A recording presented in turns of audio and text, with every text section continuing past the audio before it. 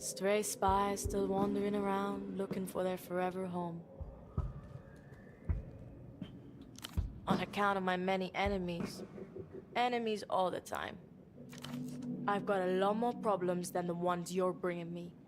And I've got solutions to those problems in motion. Retract your nose from my affairs. All right, Herschel. Psychologize me. I'm retired. More trouble than they're worth, in my experience. I've got one friend. Might be all you need. No, he's my employee.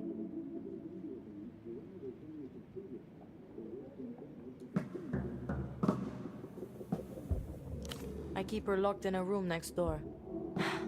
Anything else?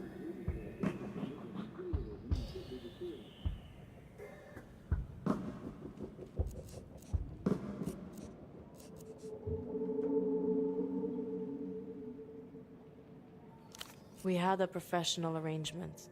Now we have an extremely personal one. I was here, that's all.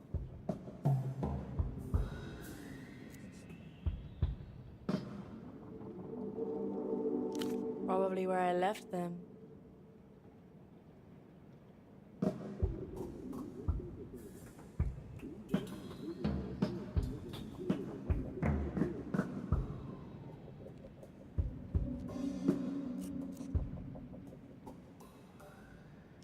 Appreciated. Yeah, I did some odd job shit around there. Admin stuff for Tempo. Became his assistant, basically.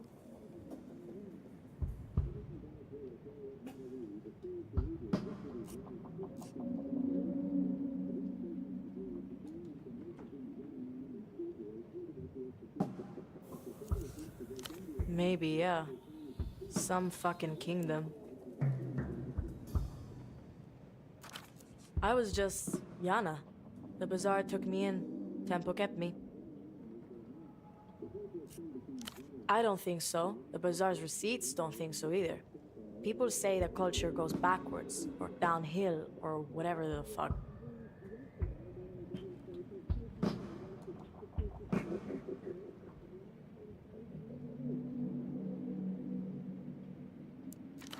There's only one real blockade to culture. Blind and deafen yourself. Then maybe you're protected. Anything else? No chance. We'll find you eventually.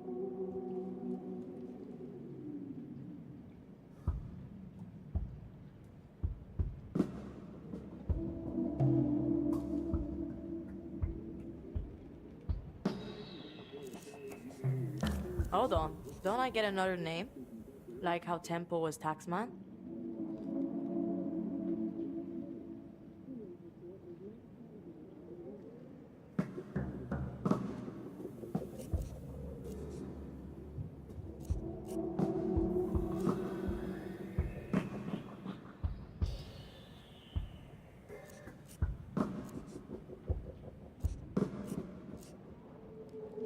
Well, just give me your magnum secundus. You can do it. And it better not be Tax Girl, or I'll kick off. Speak your piece.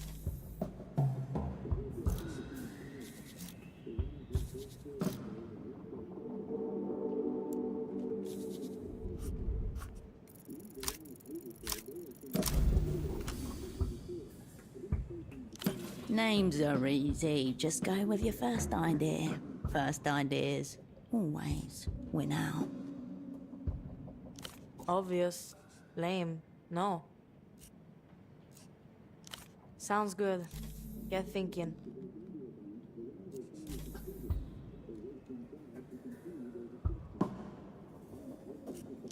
All right, Herschel. I'm retired. Government education is for losers and narcs. They're never gonna teach you the most. Fine with me.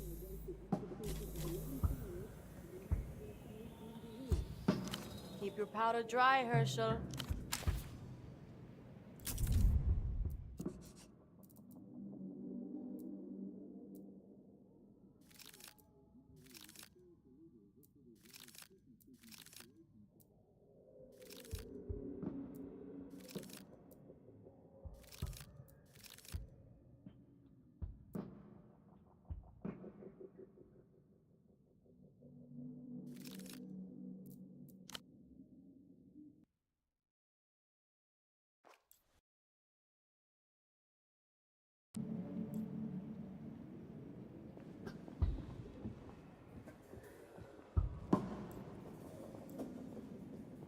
Stray spies still wandering around, looking for their forever. On account of my... I've got a lot more... All right, Herschel. Yeah, I did some odd job. Maybe, yeah. I was just... Yana. The bazaar took me... Probably where I left them. Appreciated. I'm retired. More trouble than no... I've got one friend. No. I keep her locked in a room next door. Anything else? I don't think so. The bazaar's receipts. There's only one real block. We had a professional arrangement. Hold on. Don't I get another name? Like how Tempo was taxman?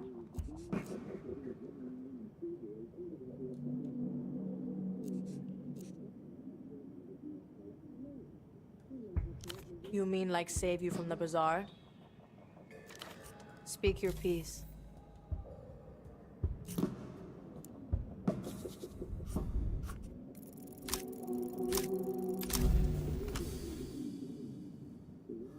Names are easy. Obvious. Sounds good. Get thinking. Keep your powder dry.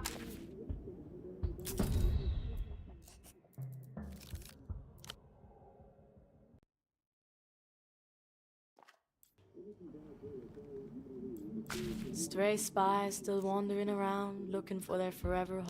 On account of my many enemies. I've got a lot more... All right. Yeah, I did some odd job shit around there. Nothing so high concept. I was just... Yana. I don't think so. There's only one... I'm retired. More trouble. I've got one friend.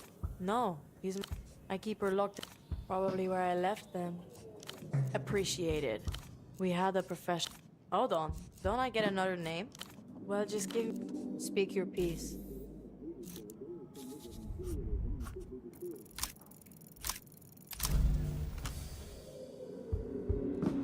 Names are...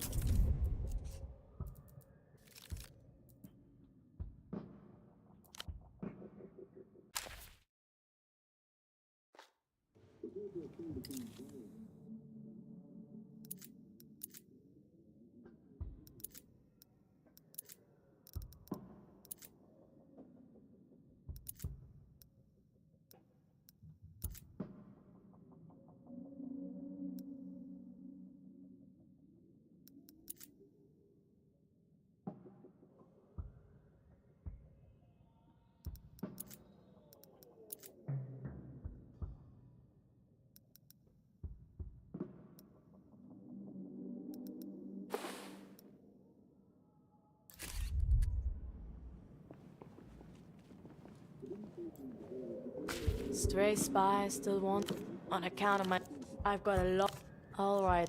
Yeah, I did some odd job... Maybe, yeah. I was just... I don't think so. There's only one... Probably where I left... Who are you, social... I'm retired. More trouble than... I've got one friend. No. I keep her locked in a... We had a professional... Hold on. Well, just give... Speak your piece.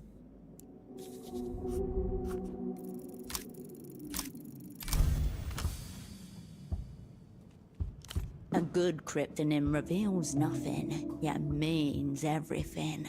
The seeming arbitrariness of the sign only strengthens the bond between operant and asset.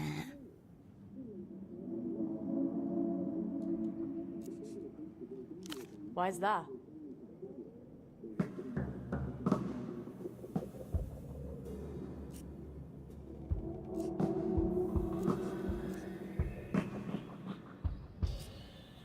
Don't hate it. Yo, it is. Good job, Cascade. Keep your powder dry, Herschel.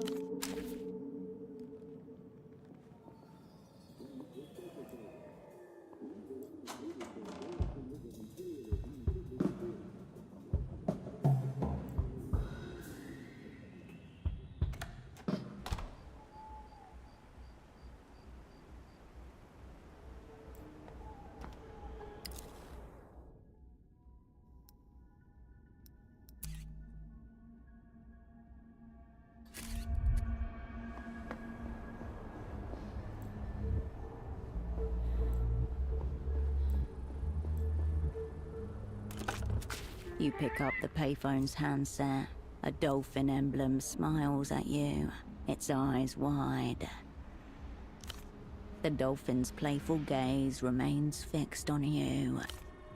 Your gaze wanders away. The dolphin doesn't seem to mind at all. Your finger depresses the yielding material.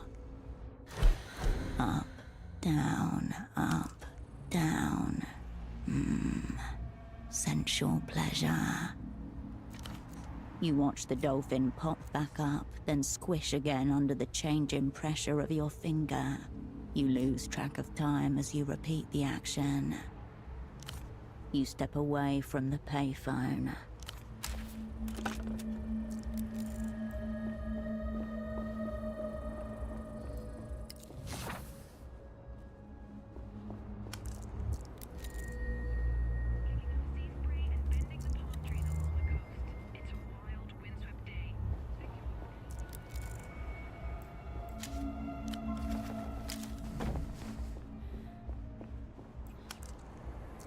Copper light spilled across Party Alley.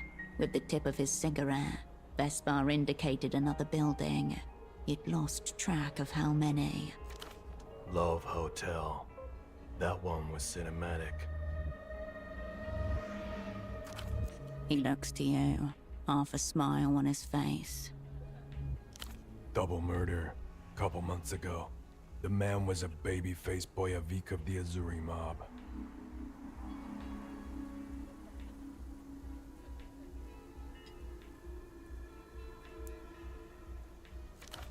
The woman was married, not to him. Both shot in bed. He was all right.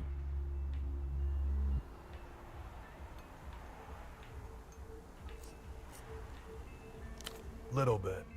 He was a fast riser among the Azuri. Had some funny stories. Couldn't drink for shit. He would have made a great snitch. His gun was still holstered, tangled up in his pants. Certain deaths can't help but take on a metaphorical quality.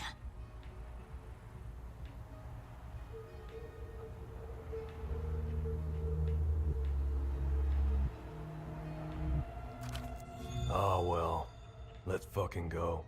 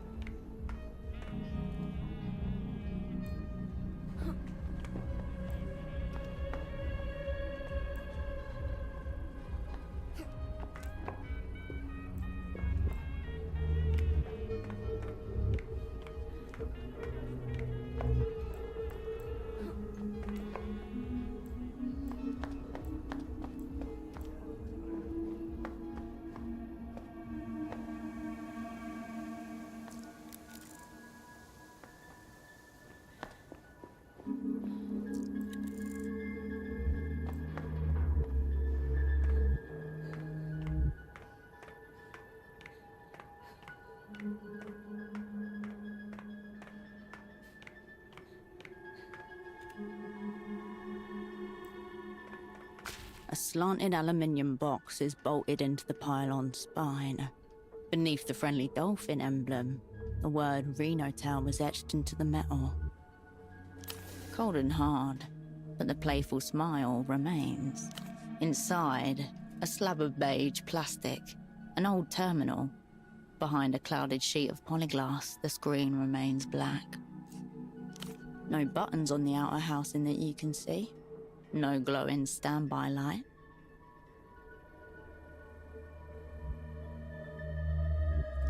Your fingers find a steel drawer. It slides out with a creak, revealing a keyboard designed for gloves, each key a chunky slab.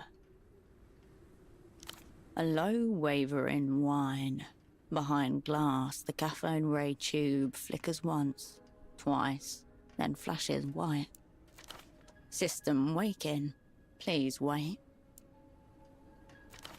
Mem check. 00016 KB. OK ports. Com1, Com2, AUX, trunk. Diagnostic mode enabled. Welcome to Renotel Control version 1.2. Copyright 87 Renotel. Enter command. Available commands. 1. Line diag. 2. Trunkmon. 3. Network. So the name suggests. As for what kind of diagnostics? Around you, hundreds of landlines run up and down the pylon.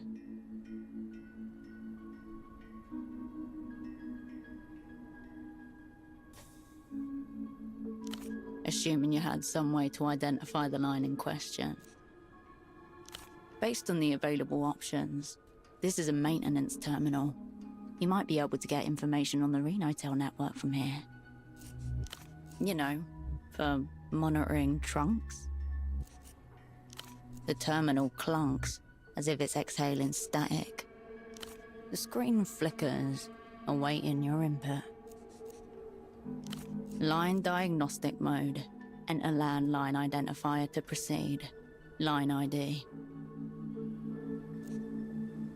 The machine's internal speaker beeps sharply. A random array of numbers line up in horizontal formation across the screen. It achieves nothing. The screen flickers, awaiting your input. You close the box.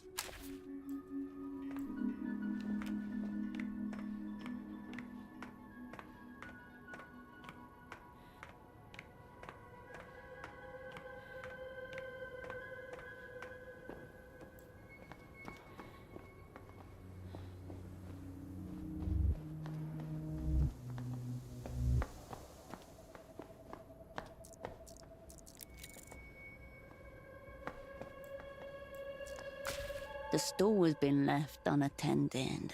A haphazard arrangement of paperbacks and hardcovers that have seen better days. A handwritten sign teeters on top of one of the stacks of books. Books 10 sol. Magazines 5 sol. Place money in the box. Viva la comunidad. Relic of the district's more communitarian heritage. A few scrawled tags separate the various teetering piles into vague sections. You flip through the stack of slim, staple-bound periodicals. Faded fashion catalogues 6 years out of date. Softcore adult mags, a gun magazine, and a lot more.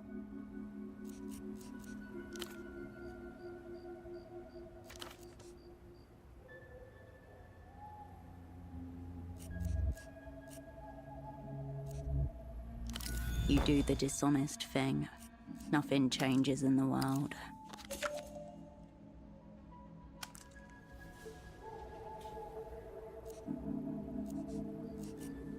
One cover catches your eyes. It depicts a leather-clad man, looking intensely grim with a large sword on his back. A label warns of ultra-violent content.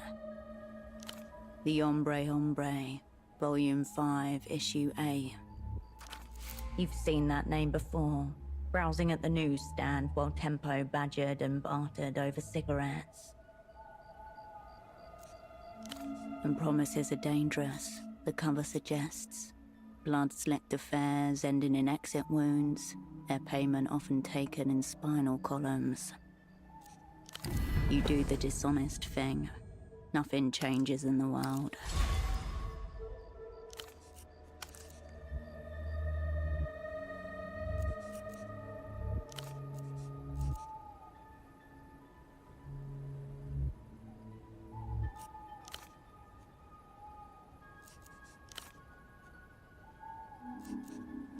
The more recent issues focus on the emergent Lusian styles. The oldest among them feature portofino clothes, local-made textiles from the famous silk factories.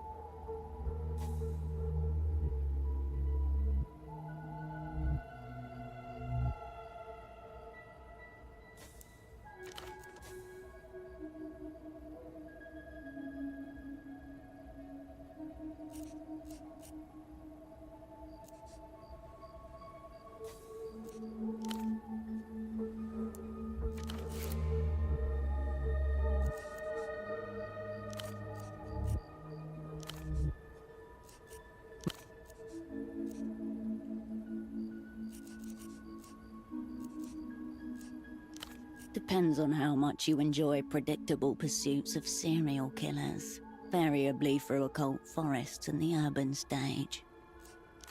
Unfortunately, the stall's offerings look pretty bare. Nothing catches your eye.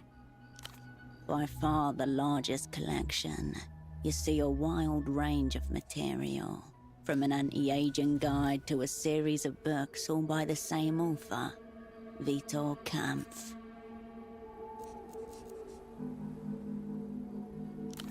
A prominent Lusian philosopher whose works have occasionally crossed over into international interest. Doesn't seem familiar. He gazes back at you from the cover, darkly handsome in glossy black and white, with the far-off look of an old film star. Underneath it is stated, the philosophical bad boy for our times. Many people are attracted to the mind rather than the body. Kiss, kiss. By far the largest. There are no medical textbooks you can see. You flick past the foreword, written by a prominent plastic surgeon, and into the table of contents. Soy and you, smoking, the real enemy. Are the injections failing, or is it stress? Why you should drink more water. But what does Mother think? The large collection of self-help books almost seems to reach out to you. A large space is allocated to the genre, but most of the books have been taken. Only a few worn stragglers remain. A shelf of scuffed books are united by their preference for black and apocalyptic reds. On their spines, a series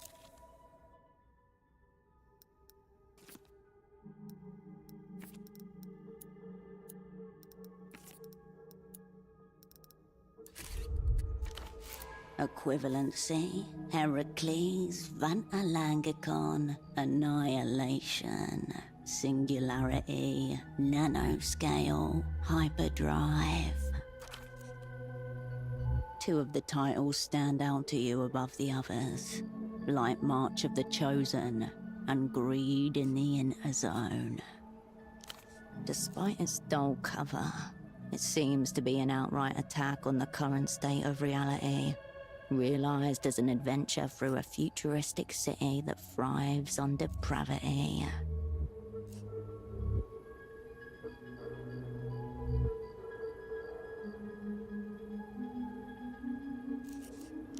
If anything, he would object to labeling it fiction. Between all the gay sex, violence, and drug-taking, there's a serious point about how we're being held back by the unfettered impulses of the ruling class. A notorious Lusian novelist and heroin addict. After her work attracted the attention of the Ministry of Mass Culture, Barseed was forced to flee for the relative protection of the Eastern Republics. The author photo shows her sat on a disheveled bed, about to jab a needle into her arm, biting a tourniquet wrapped tightly around the target limb. It's not much different to a modern-day city, except the laws are much more lax, and what would be considered immoral now has become fairly normal. None, so far as you can tell. It's just episodic atrocities and gratuitous acts of obscenity. The book resumes its place among the others, its degenerate content perfectly camouflaged. Pulpy space opera, not at its finest. The characters are heavily stereotypical, the plot is erratic, and there are spelling errors on nearly every page.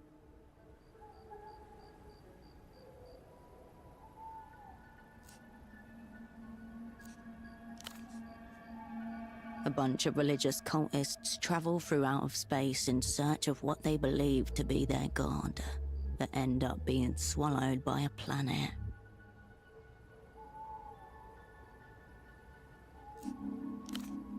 No, it turns out the planet is their god. They end up inside the belly of paradise and live there forever. According to the back of the book, there are more than 3 million copies in print.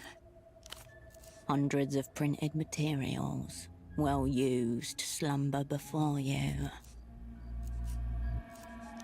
You turn away from the piles of books. Stopping abruptly by the honor book stall, your double Holocene opens the duffel bag he has been carrying with him and begins depositing books in the stall's donations box. 5 of them, every one a brand new copy of the same book. Blood Type Hecatomb by H.S. Lastra.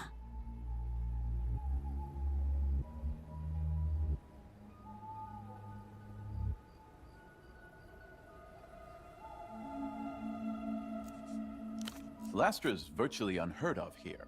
I'm, you could say, pouring a new element into the city's psychic water supply.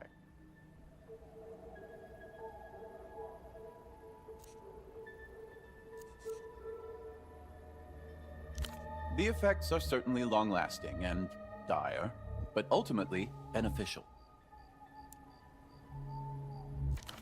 I can trace certain changes in my cognition unfolding to this very day to my first reading of this book, and specifically, the trepanation scene.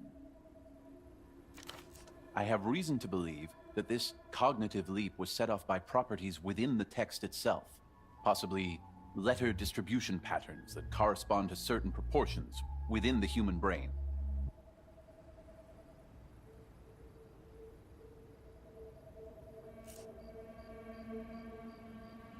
What?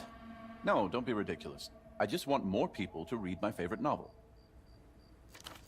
Smiling with a degree of mischievousness, he describes the copies of Blood Type Hecatomb through different parts of the shelf, hiding one amongst the self-help books, and then turns to leave. The stall remains by far the largest collection. You see a wild... You return your attention to the You flip through... You turn away from the...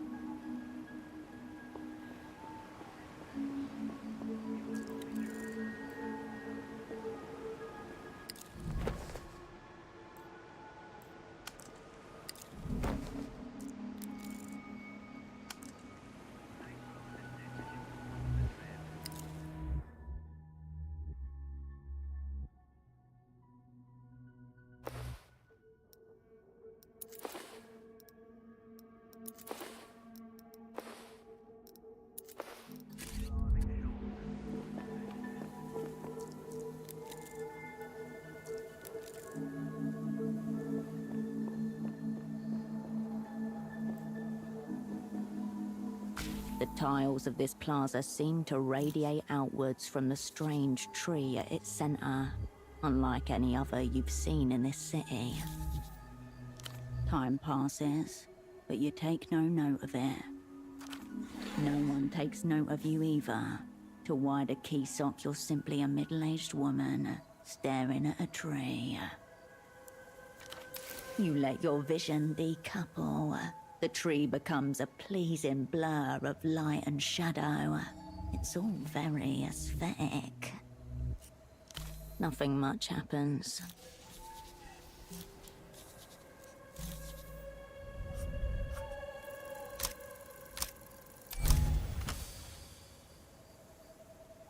This is Ginkgo lucifera, an old Lusian ginkgo, planted widely during the expansion of the old Illuminated Empire. Out of sync with the season.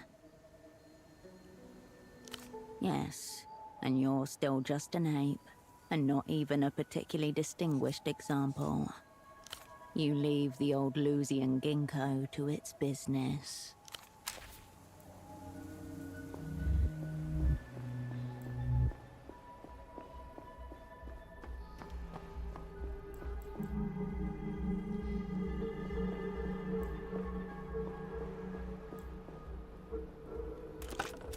You pick up the payphone.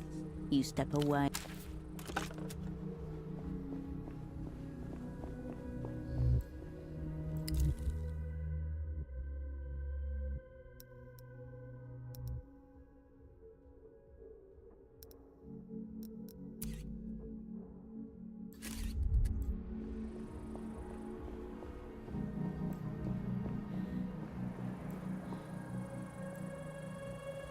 Hey, you. You're new to this scene, aren't you?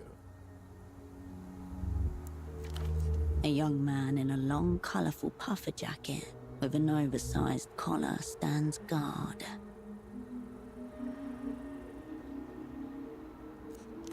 Really?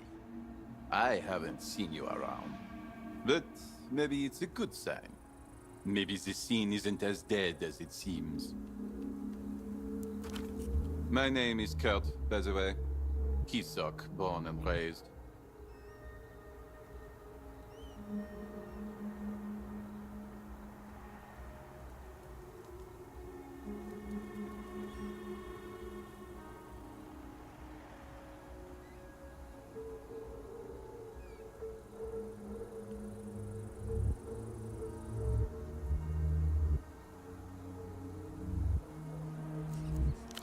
Likewise. See this jacket I'm wearing? A product of the local scene, custom made by one of the tailors here. Pretty cool, huh?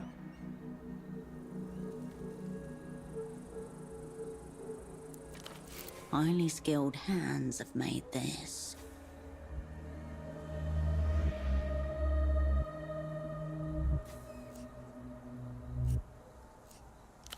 Thanks. People in the know recognize each other, right? But you know what's not cool? Some of the official heat I've been feeling as of late.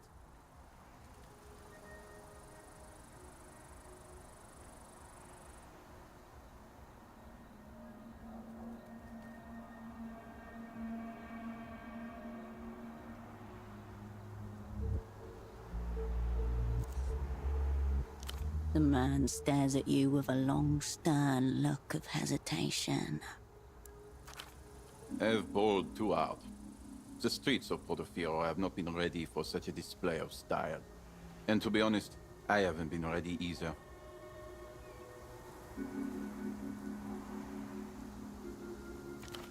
This cool jacket? The party alley tailor made it for me, but I never paid for it. I owe him money, I have no money, and I cannot show my face around the art of the scene.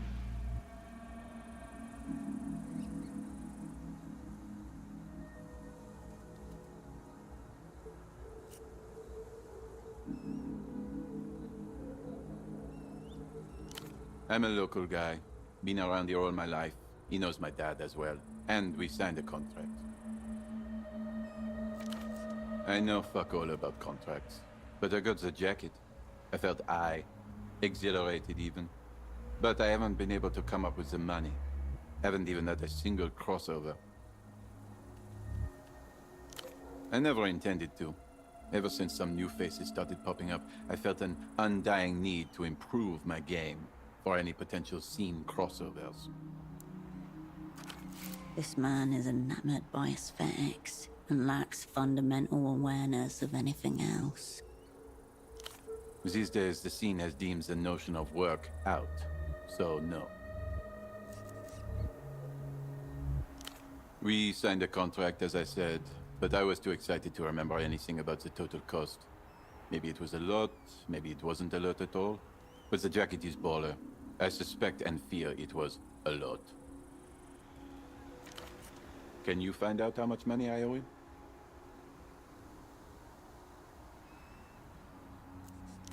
Thank you so much. Go to the Party Alley Plaza. It's east from here. There's a tailor named Bruce. Maybe you can ask him, like, quietly, diligently on my behalf about the, you know, the price of the jacket. I'll be sure to make it worth your while. See you on the scene.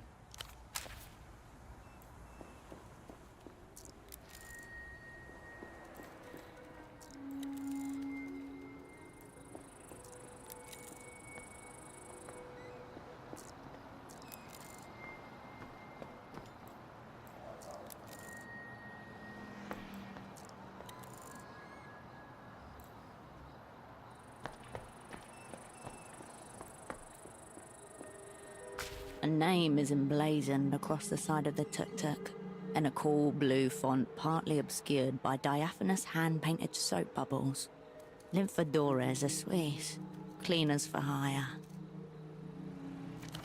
Around the back, an aluminium roll-up door shields the contents of the trailer. The leather-upholstered bench is barely big enough for two people to share. A half-eaten sandwich, wrapped in paper, leaks grease onto the passenger side. The window is rolled down, just a crack. You can see the contents nestled between two flattened plantains, fried shrimp covered in melted cheese. Elder de Venus, extremely popular at pelota matches, and the main cause of Portofero's looming epidemic of atherosclerosis. No one abandons a sandwich like that for long. Someone has jammed a half-empty spray bottle of disinfectant and a damp rag into the shallow well on the dashboard. And there's a parking permit for 422 Calle Espinas taped to the inner windshield. The only other touch of the personal is a copper medallion hanging from the rearview mirror. The cheap metal was oxidized, a green patina on an embossed 8-pointed star.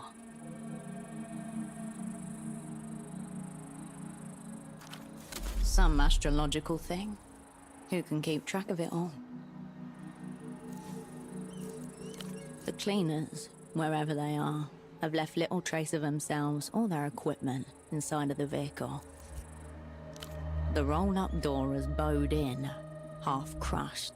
The aluminium edges are misaligned, leaving an awkward gap that's desperately bridged by a worn padlock. This tuk-tuk has recently suffered a rear-end collision. That padlock is under sustained physical pressure. Its collapse is not far.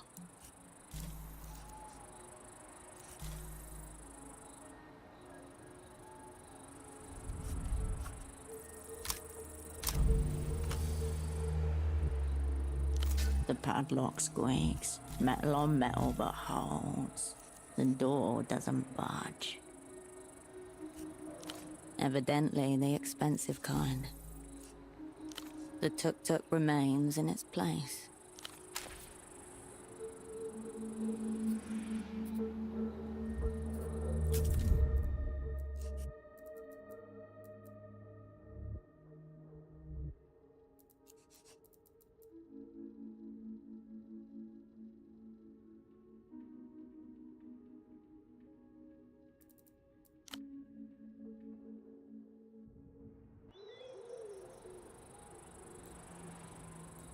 The cleaning tuk-tuk with its soap bubbles and...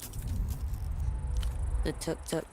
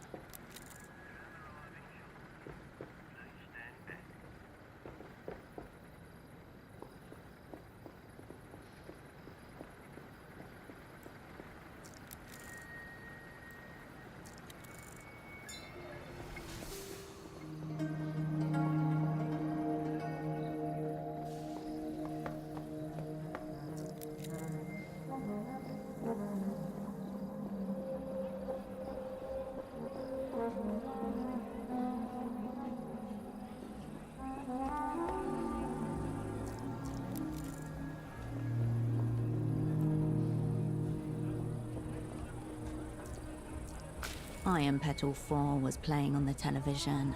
Our heroine finally had Johnny Chasm at her mercy on the peak of Mount Ra. Carolina's foot bumped yours under the blanket. She's going to destroy him.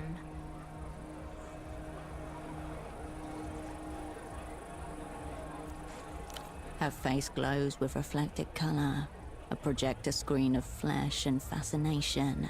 One hand sunk into your shared bowl of crisps, wrapped. Johnny Chasm howls as Iron Petal's small fist punches through his ribcage, grabs heart and yanks. Oh, that's vile. Ooh.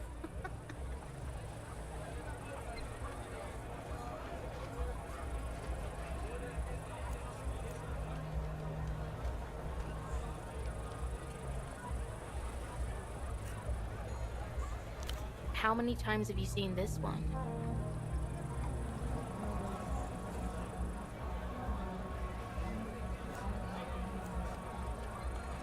Sounds kind of like The Way of Cascade. And you say there are 7 of these movies? After that, she'd call any time she found an ancient tape, a bootleg disc, a midnight screening. She saw Iron Petal and thought of you.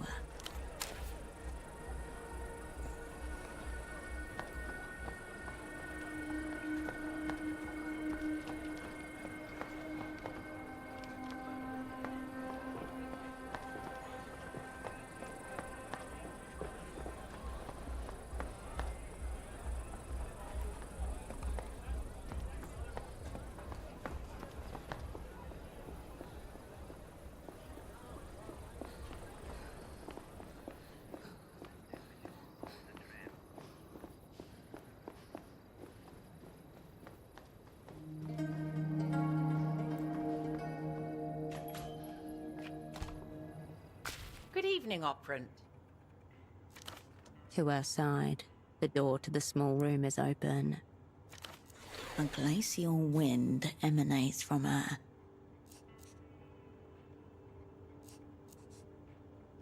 I've moved Pseudopod into the spare room. Something appears to be very wrong with him, but I suppose you knew that already.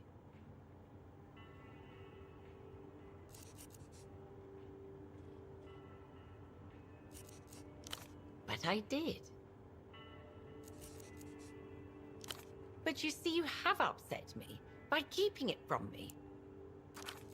I can only assume that also means he won't be receiving any service medal, richly deserved though it may be. Well, what have you found out? Anything that might explain how he got that way? I wouldn't say time is on Pseudopod's side, based on how he looks to me. Were you able to piece together what he was investigating before you arrived? Her demeanor is sincere. You could open up if you wanted.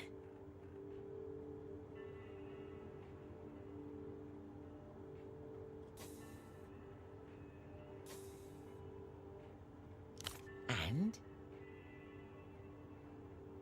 Oh dear. That doesn't seem good. That's all we can do. Come at it fresh tomorrow. Well, I should get back to the desk. You should probably head upstairs. She watches you go without another word.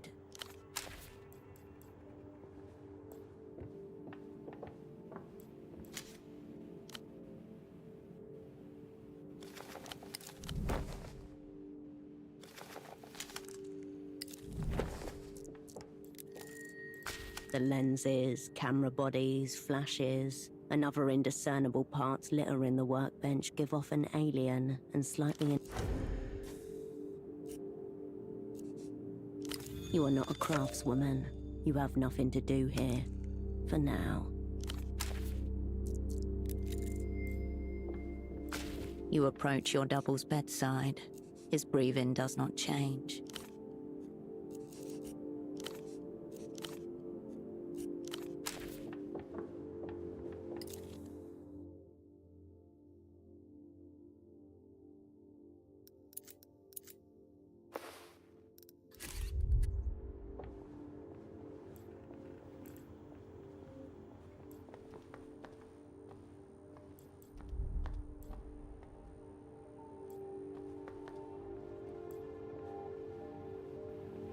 You return to the desk. Everything is right where you left. ZWS, JM. For Cascade. You turn away from... Peeling wallpaper hangs above your bed. A shadow from a passing aero trap. Bergman watches on approvingly as you secure his position. You step back and survey your decorative efforts so far. Paper on paper, dwarfed by the enormity of the void that surrounds it. You've been starved of art, of colour, of life for 5 years. The wall feels less dreary as you turn away from it.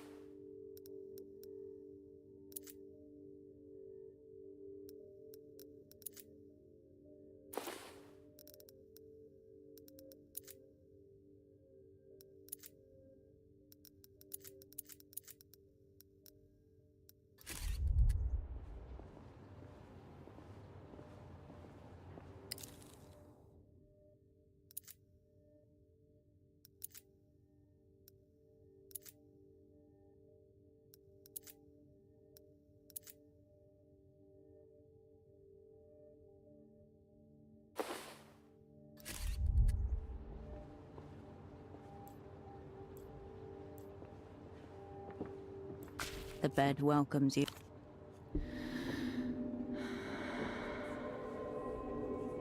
The anticipation of a decent rest pulls you towards the pillow.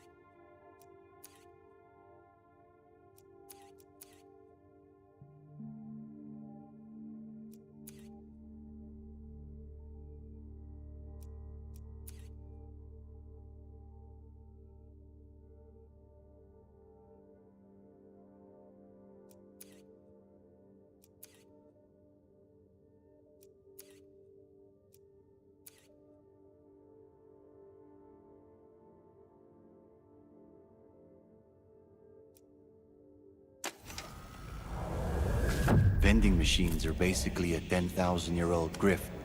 You ever think about that? Picture this, right? There's this hairy guy, the Paleolithic hustler. He's stuffing berries in a tree hole. And then he gets an idea.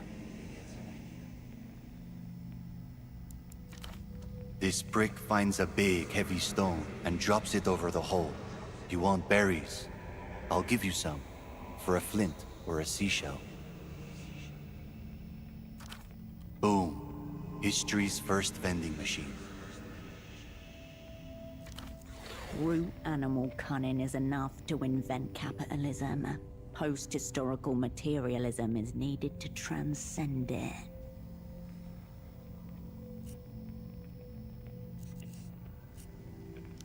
Some other guys pushed back, definitely. But without berries, most of them starved to death. Point is, the grift works, even on you. You're broke, yet you keep walking past those glowing boxes where descendants of the hustler are hoarding resources, without even reaching in to take some.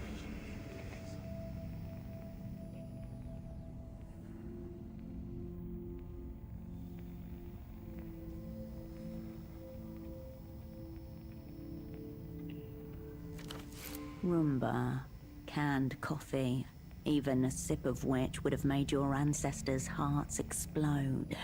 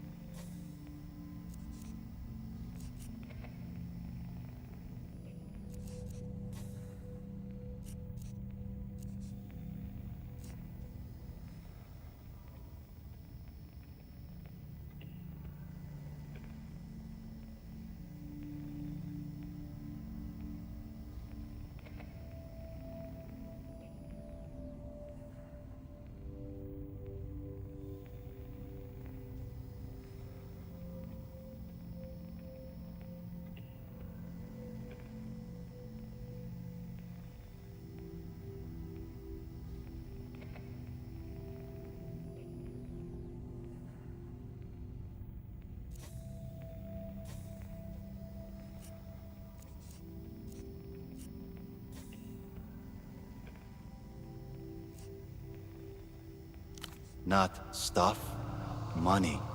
The standardized berry of the modern world.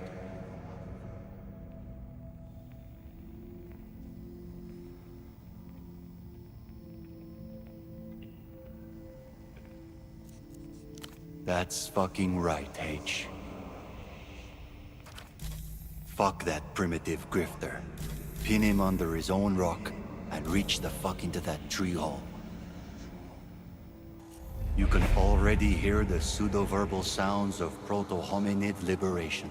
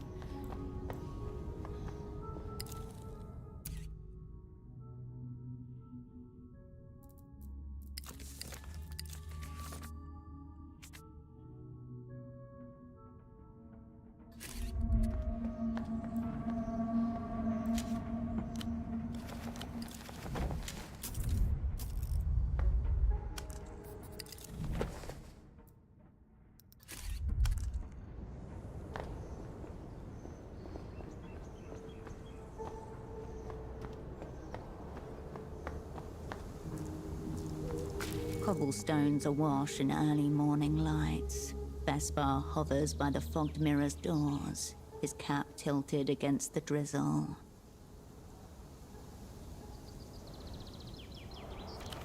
Surprise backup. Good. Crime scene's here. Failure to serve before 9. 6 more minutes. Then I say we go in and ask questions.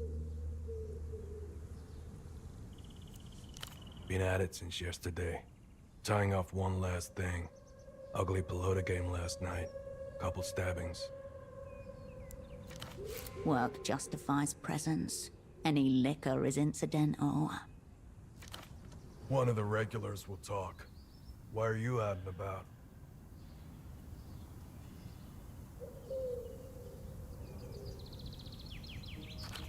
Six hours in the back of a tuk-tuk, watching a bordello's comings and goings, cupping smokes to hide the glow. The boy working the door forced smiles through smeared lipstick. 12, you figured? Maybe younger.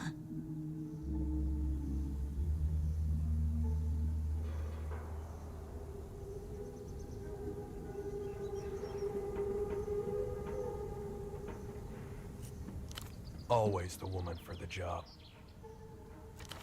The doors open. You and Vespar walk in with shared purpose.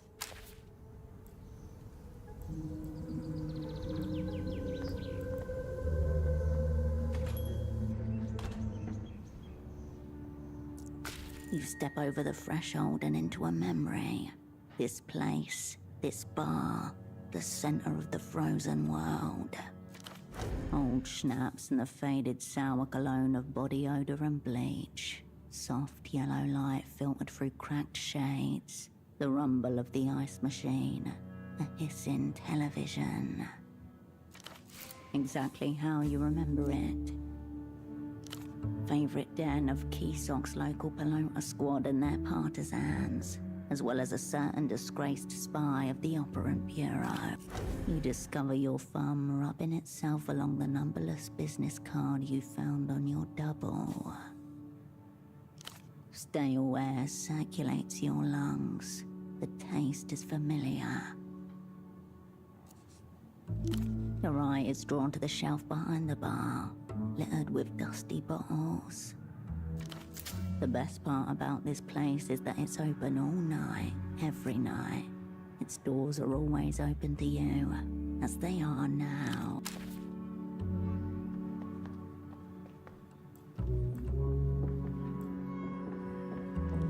On the wall above, mounted like the taxidermied head of a bull moose, is a toilet. From across the room, the bartender notices your gaze and the expression on your face. Don't worry. The smudge on the rim is just blood.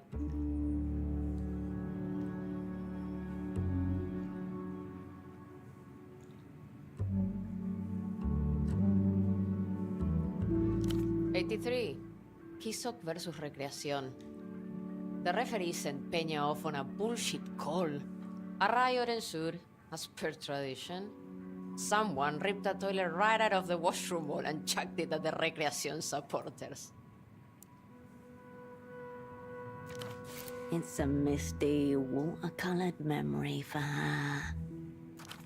Keesok's pride. The moment it all peaked. When all the madness and meaning in the world swelled into one glorious, unstoppable wave. Countless injuries were reported in the aftermath of the incident, and 2 fatalities confirmed. The bartender gives a small, approving nod in your direction. In the machine aisles is a lineup of smokes, candy, and canned coffee.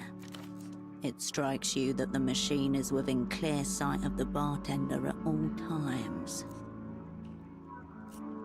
It helps for now, but it may come to pass that it grows in number and replaces her entirely. Feel no remorse if you choose to steal from it, for it is stealing from the people. You're in the clear. Give it a go.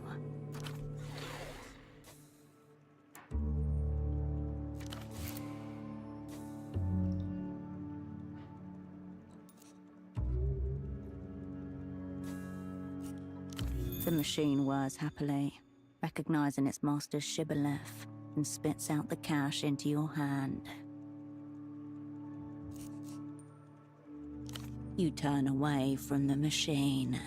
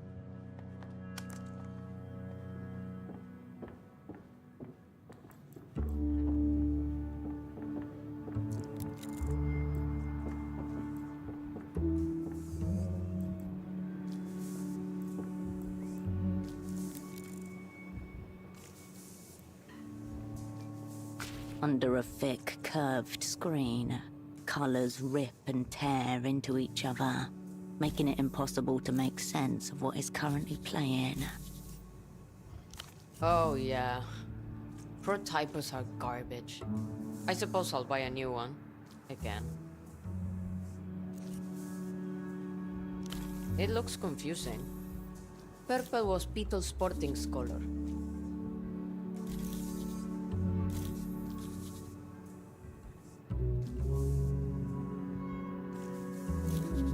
The TV continues to rip open the colors of another dimension.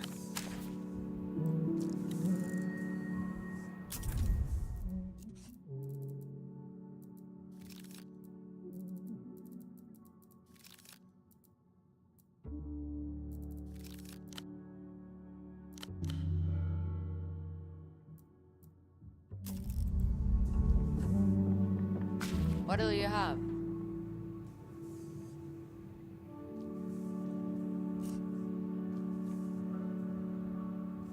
Friend of yours?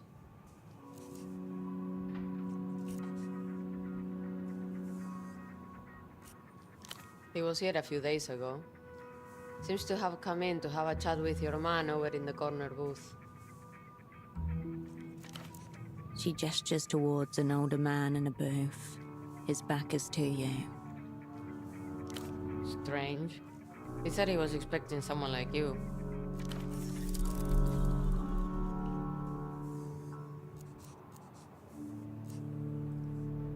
Tall, dirty blonde hair, just got into the city. He said you were in the same line of work.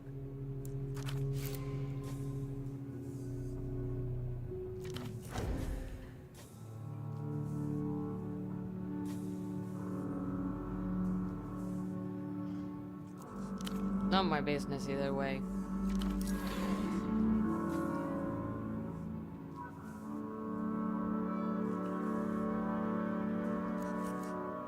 Late start or an early one?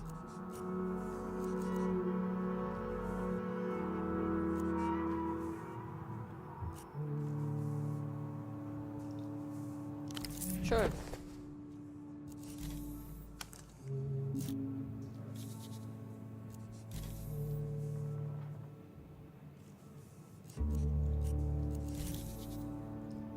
Drink up. We close soon.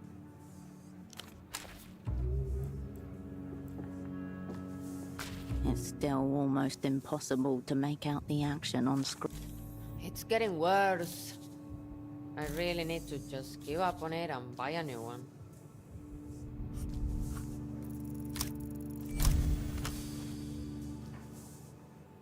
Electrons deflected by magnetic interference. The shadow mask has been corrupted.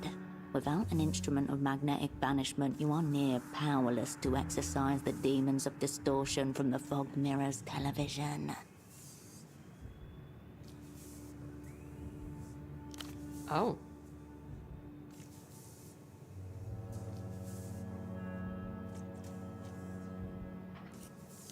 No. I'm not sure what you're even talking about. No wands here. All hope may not be lost. The proximity of the speakers to the CRT screen has caused this blight, so perhaps removing their malign influence will, if not completely free the television, at least prevent its further defilement. Yep. Probably should. The bartender stands on her toes and moves the speaker a few centimeters. Almost instantly, the purple blotch recedes.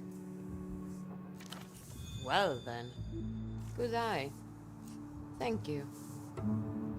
For a quarter of an hour, you watch as men in short shorts and tall socks hurl a leather sphere against concrete with tremendous force. Their passionate grunts are matched only by the violent impacts of the ball.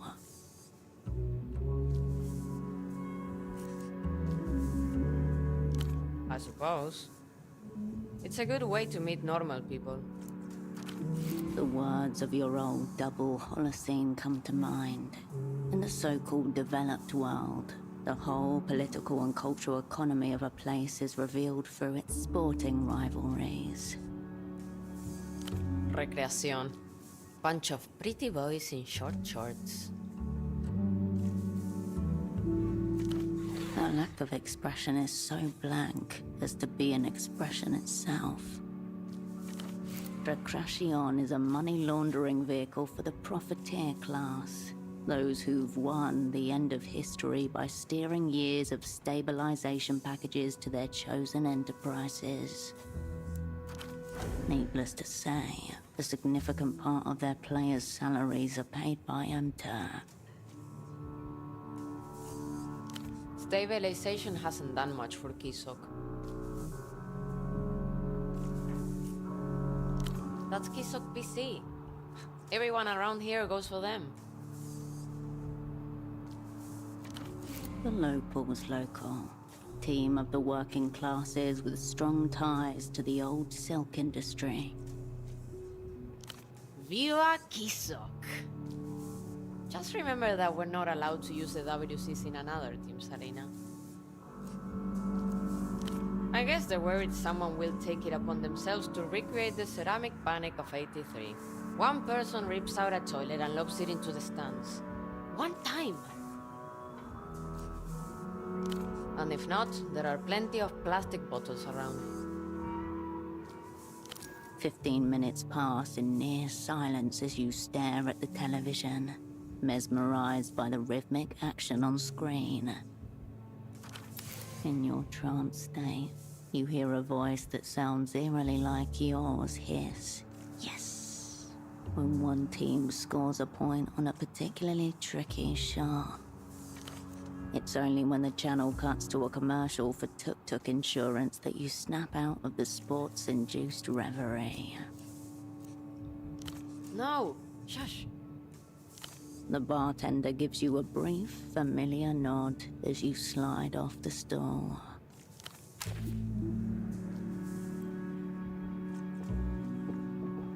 Thanks for fixing the TV. Very kind of you. Kisok versus Sporting if you're interested. Scores tied. With the purple bloom gone, you can clearly see the action as the Pelota players volley the ball back and forth across the court. Drink up. We close soon.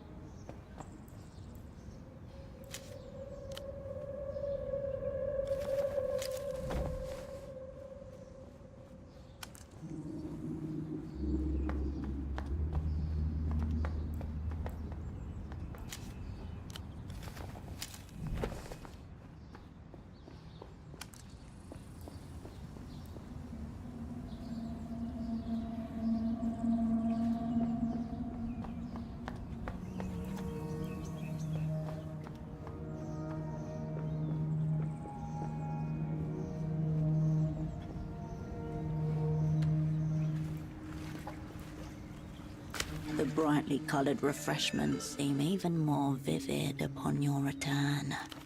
Your eyes are immediately drawn to the prices, printed in neat black and white beneath each row.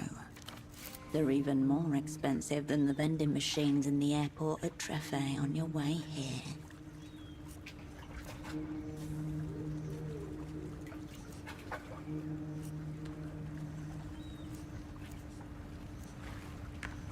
But you are not of Portaferro. If the world would deny you even these small pleasures, then perhaps you should deny the world its ill-gotten cash. It's not been long since you broke into one of these. Best give it a bit more time before you strike again. The refreshments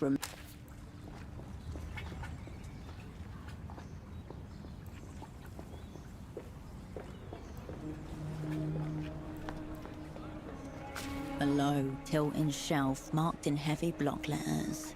Despised subgenres. I won't be held responsible for what happens with this disc. You turn your attention away from the shelf.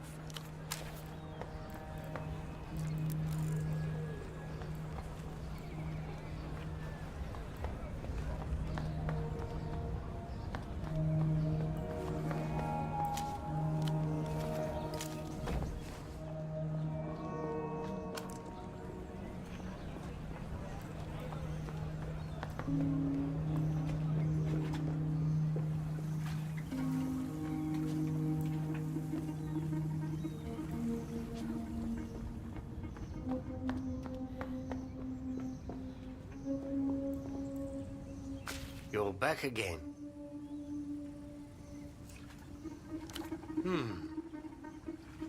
I've already warned you about pretending to be a carabinero. So what would you want with a jail? A better question. Why are you bringing this up, sans subterfuge, to a Guardia Municipal officer? Yeah, we don't have those here. Never understood the concept myself. The GM gives you the most cursory of nods.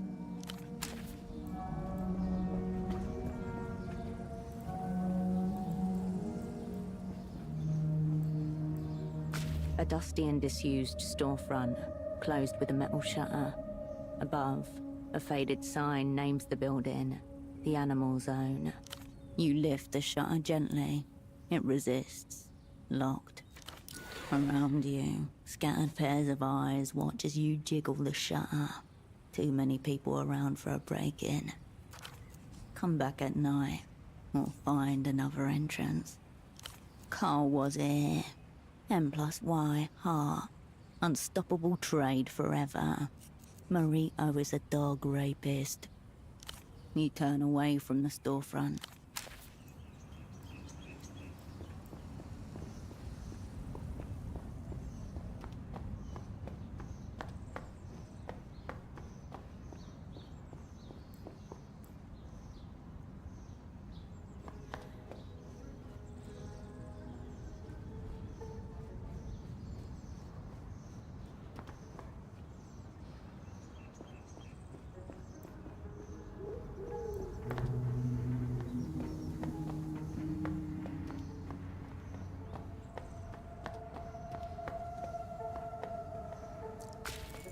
Small white flowers have opened up at the touch of a sunbeam. Tight buds unfurling. Pale, fragile things. A delicate fragrance rises from the bush. Jasmine. You breathe in jasmine and cold air. Soft and thin as hope. When you were quite small, there was a jasmine plant that trailed over the neighbor's fence. Knowing they could be made into tea, you took a flower and popped it into your mouth one autumn morning. You blink. An hour has passed. The sunbeam is passing too.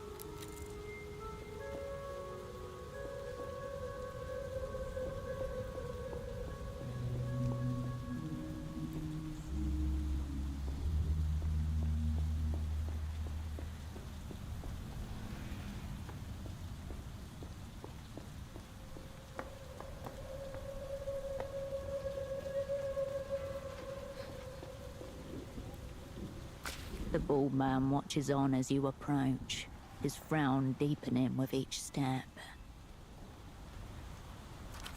Dressed up like a compromise.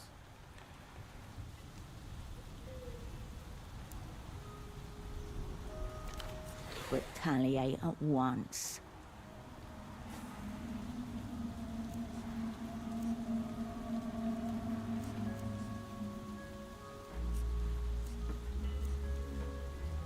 Quite the contrary. A wasted figure is a despicable figure. You're from Mercia, yes? A casual, yet impressive assessment. Immigrant parents, then? Your cheekbones, too, very angular. Brows. Inside, a small cathedral of pristine jackets, dresses and suits, impeccably arranged. Unpadded jackets with their sleeves rolled up, just a bit. These are high-end power suits, for business or formal soirees, thinner than what you find in Novessa. The cuts and drapes speak of sun-baked streets, old plazas and afternoons that meander towards the horizon. There are no price tags, but this is... none. It's as if the space was arranged to reject sharp cuts and high contrast neon. He offers a brief smile. I don't sell clothes. I sell transformations. Transformations which generate epochs that capture the delicate moment between the before and the after. Borderline insane, but on the right side of aesthetics. Yes. And in addition, they are of high quality, very respectable, and delicate. That's your delusion talking. A proper suit would rid you of that terrible impulse. I could offer some critique, yes? You may not like it. He circles you with his gaze alone. His brow furrows. This look doesn't evoke much.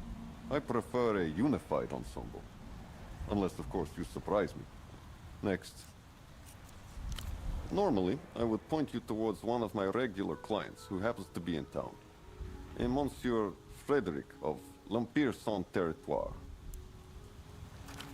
Unfortunately, he seems determined to debase both himself and my fine work by standing absolutely still. Moreover, at a phone box devoid of joy. Down by the back ways, west of the bazaar. A good number of my clients don't live in Portofino. Some pass through for work, others make an appointment with me, the sole reason for their visit. There's also a Monsieur Oscar of L'Empire-Sans-Territoire, but he has managed to violate my work to an even higher degree than Frederick. Let us not irritate me any further. Well-bred, good hairline, wearing hand-stitched Portofino silk trousers and a jacket of the same make, twirling a phone cord around his sleeves, ruining them in the process, probably.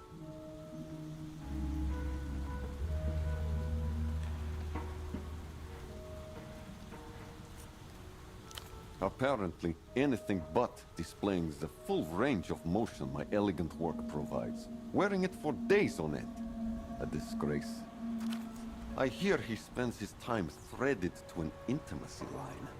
Why wear the suit when the receiver can't even see him? Dreadful. The tailor nods. I'm creating Portofino fashion in the old way, but brought into the modern age. Hand-stitching, salvaged the local silks, skirts for men. Tradition with a twist. No. Nestor was a nationalist.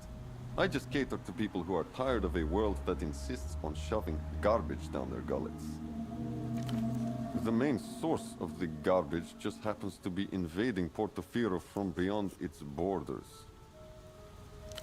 Set foot in the bazaar and you'll see what I mean. Everything you buy there is designed to disintegrate within a couple of years, at most.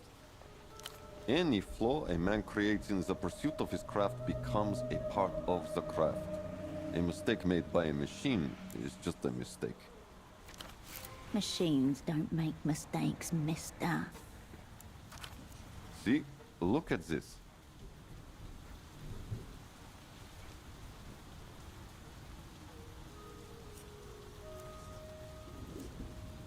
I have a matching skirt for it. I dropped 2 stitches on that one. A silk torched their last sweatshop for the insurance. Most silk you find now is repurposed from old garments. It's priceless. Malika won't like seeing that on your expense report. Nestorismo brought pants, and with them, the mediocratization of men's fashion. The skirt is the perfect utility garment and my inspiration for this evocation of Portofiro's past. An ensemble for a star-worshipping priest. He gestures to a loose kimono in swirls of green and cream, and a boxy skirt made from the same material. One of my more daring recent efforts. Not entirely successful. In light of my failures, 15% off. You have some semblance of an introduction to understanding. I see it as essential to safeguarding Portofiran culture. Nothing less. You've seen what it's like out there, I'm sure. And most people would agree, sadly. These Lucian imports, they're not even culture. Culture has never been and cannot be state-directed.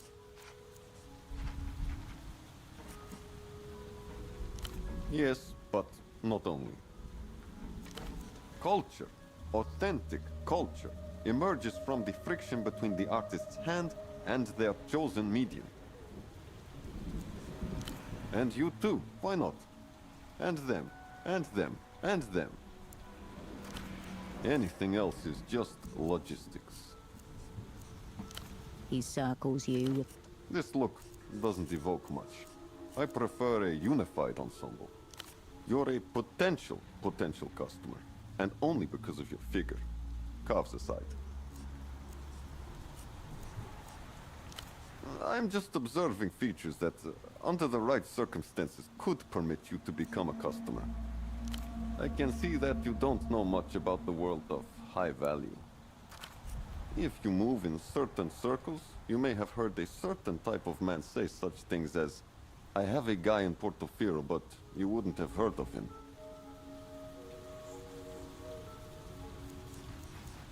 I'm the him you haven't heard of.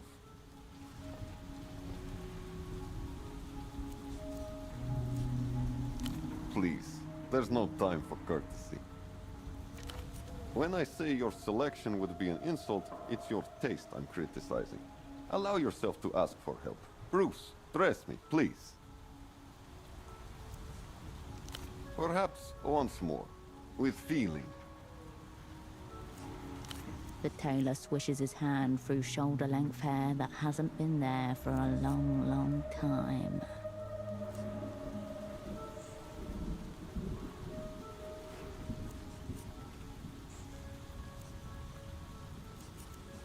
This is what's there for you.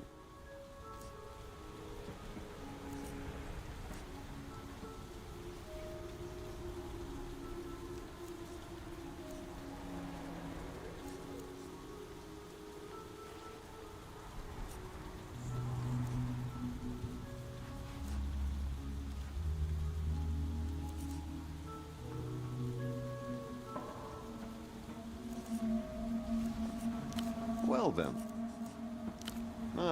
My young friend of the avant-garde, the savant of the scene. Has he sent you for another high-end piece of mine? There seems to be no creditor in this man. What's the matter? Have dark thoughts entered his mind? Has he taken a disliking to the jacket? Only fine? It's a piece for the ages.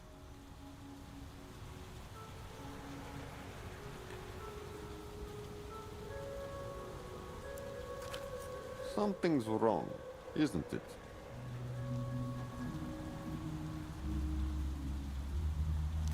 There must be a misunderstanding. The jacket's paid for. He is genuinely surprised. Let me clarify. The young man doesn't owe me any money. He owes the bank money. He must be confused. Why would a Leviathan hunt down a single minnow? One of their subsidiaries recently launched a new scheme called the Financial Citizen. It allows people to buy things, art and services, here, in the now, but pay for them later.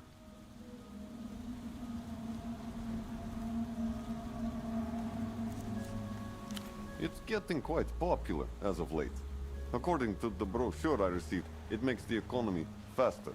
I say that you cannot rush talent, be the money as vast as it may. Their subsidiary is right here in Portofino. The customer signs an application, which I send to my creditors. I am paid shortly after. Life goes on, we all smile.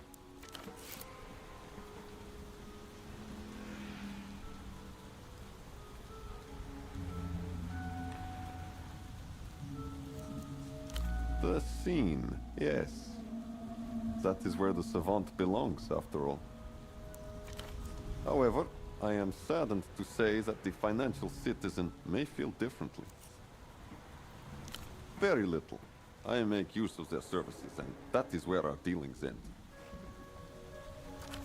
My MTR client, once off the phone line, could probably tell you more. The jacket itself was 500 sol, underpriced for a masterpiece, but there's accruing interest, service fees, and other economic fashions on the side of the bank. I'm perplexed. Does the young savant not understand how he afforded the jacket?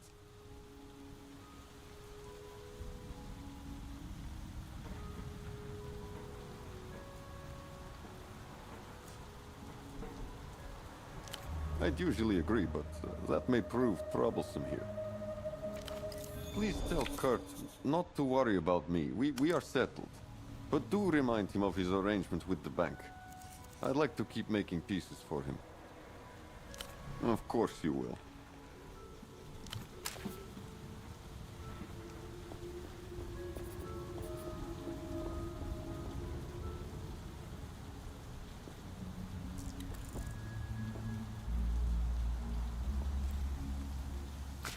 Good to see you on the scene again.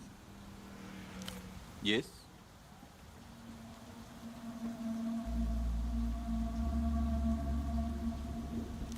Really? What? The bank?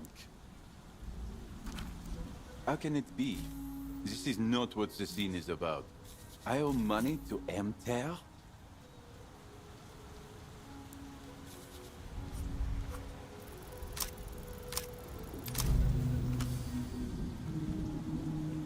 Go with the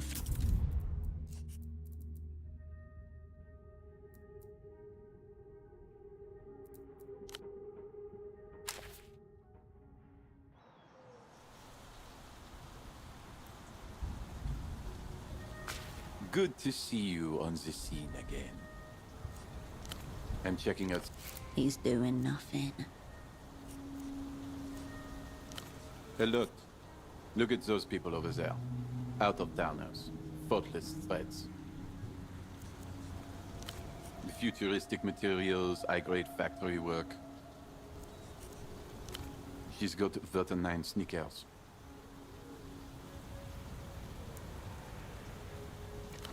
Sleek. He's got a sacrophilic cut. And that man over there is most definitely wearing a crossbeard. Those are all illusion brands. They don't even sell the knockoffs for some of these in the bazaar. Hence, they're most likely from out of town. I think they are Lusion brand ambassadors. I ate them up the other day, hoping to represent the scene of Portofino, but they weren't very talkative, told me to mind my own business. I thought we could have a scene crossover, but it was not to be. When life closes a door, it often closes another door before opening a window. The window of the scene. That's how it works. You're out until you're in, and vice versa.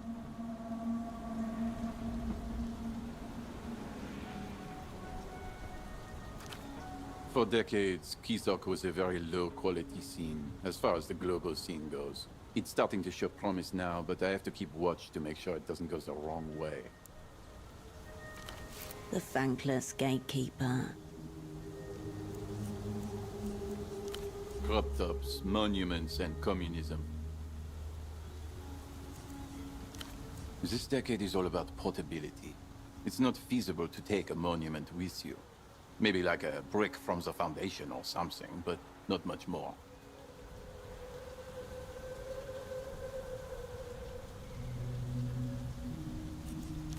Look around you. They tried it here, but it didn't work. All that remains from it are monuments and crop tops.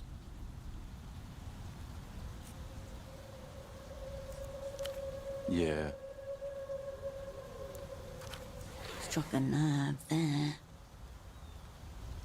Nothing's wrong with crop tops. It's all to do with belly buttons.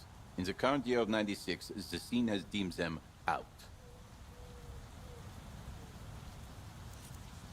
Yep. Lucian everything. Full reflection clothes, high-speed synthesizer music, and tiny attack dogs.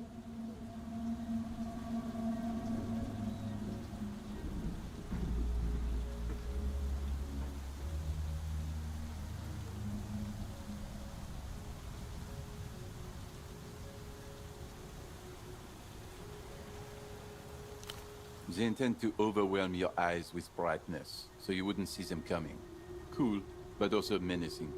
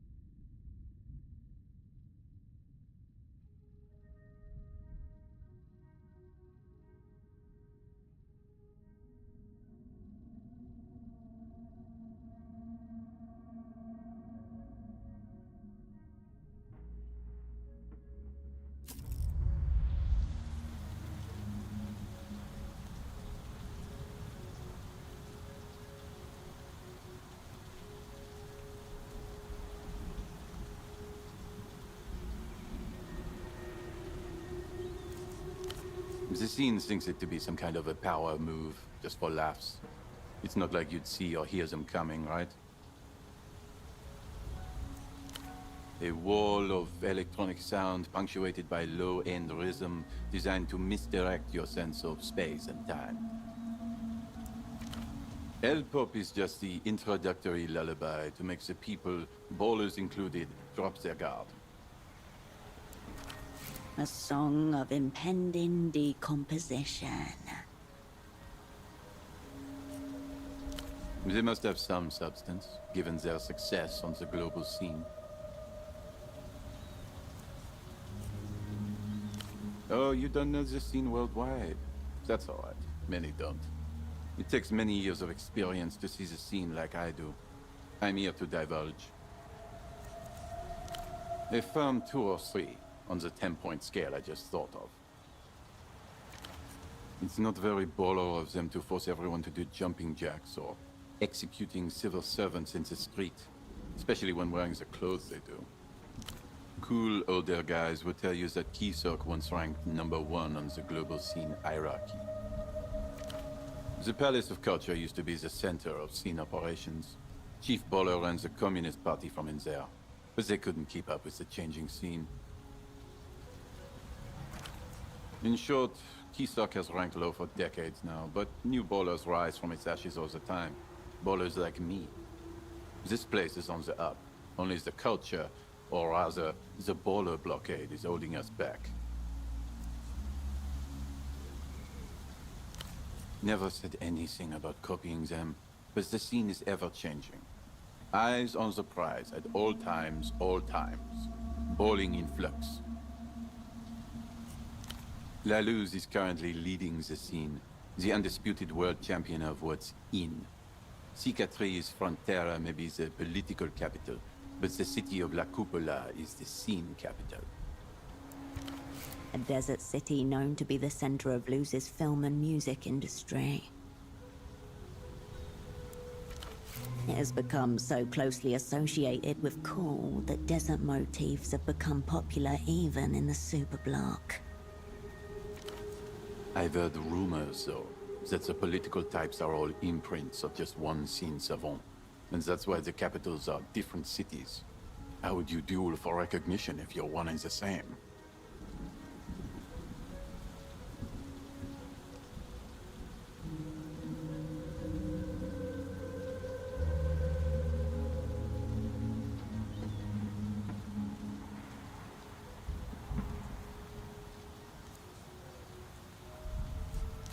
You're obviously new to the scene.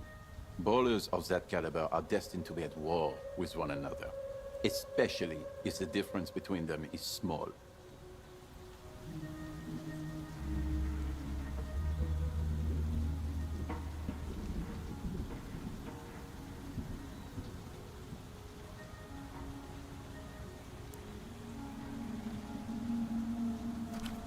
It's the only way to find out who is for real and who is not.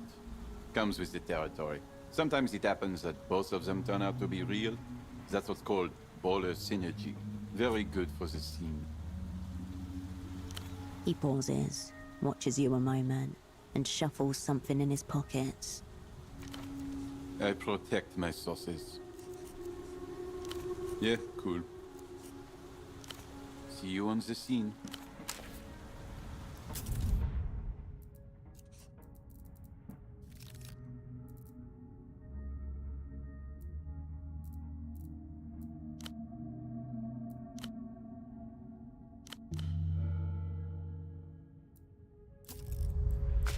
Good to see you on the scene again. Yes? Really? What? The bank? How can it be? This is not what the scene is about. I owe money to Emter?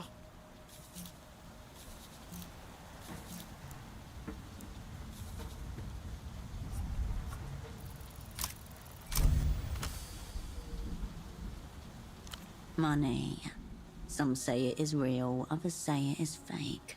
But it definitely has an impact on the world at large, and the individuals within.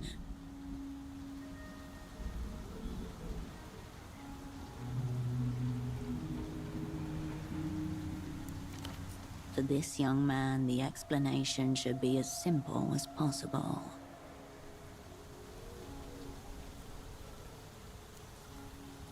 What does that mean? Even simpler.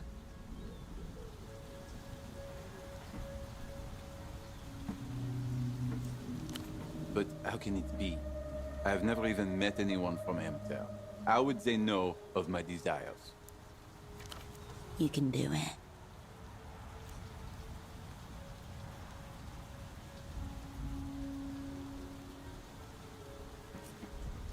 There is a moment of almost serene, silent reflection within his eyes before the stark reality washes over him.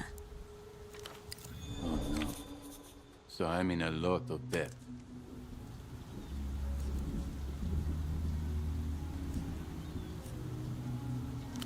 Is this what they call the invisible hand?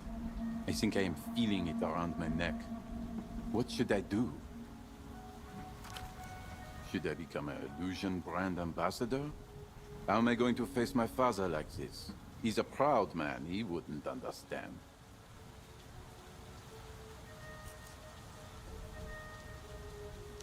No. A man of the scene must never blame the threads for his own misfortune. And this is the sphere in which he takes accountability. There must be somebody from Emter around here who could help me. Someone who could absolve me of my debt. Like a high priest of capital or a liquidity mage. Please, find them and help me. I promise I will make it worth your while. There is no such thing as a high priest of capital. There are, however, Emter representatives. He's old school, living in his delusions of past grandeur. Thinks he's got it all figured out with the money, the business. Very proud. Zero knowledge of the scene or what's fresh. Going to give me another one of his lectures. Very uncool. Yeah, like what's definitely out. He's the manager of the housing campaign. Or at least that's what he calls himself. In reality, he's just a janitor. The scene's the scene. See you on the scene.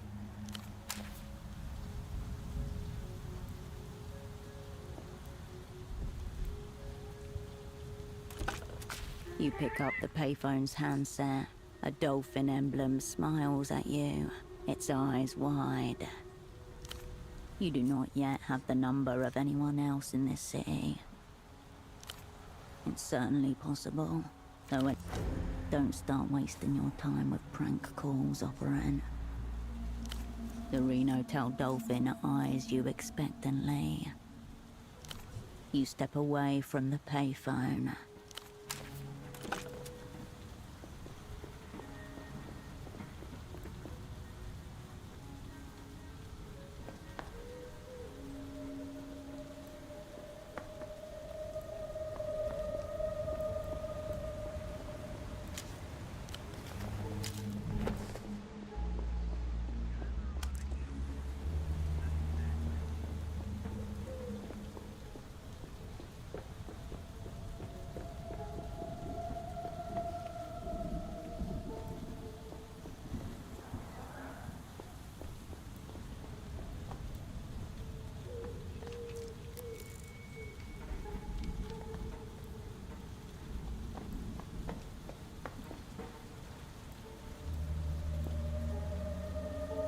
Drift away, Stardust. I'm a second-hand dream dealer, but I'm the only dream you got.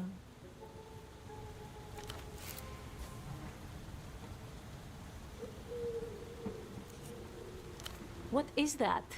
This isn't peace. Nobody cares about peace anymore. This is V for Violetta. Ultra Violetta.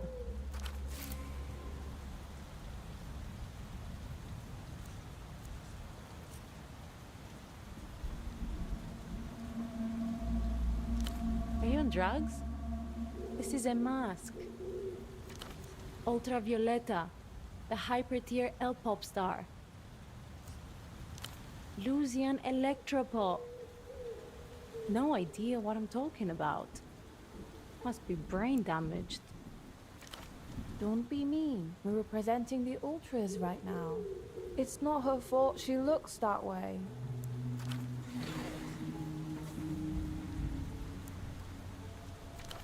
This is what we call fan shifting.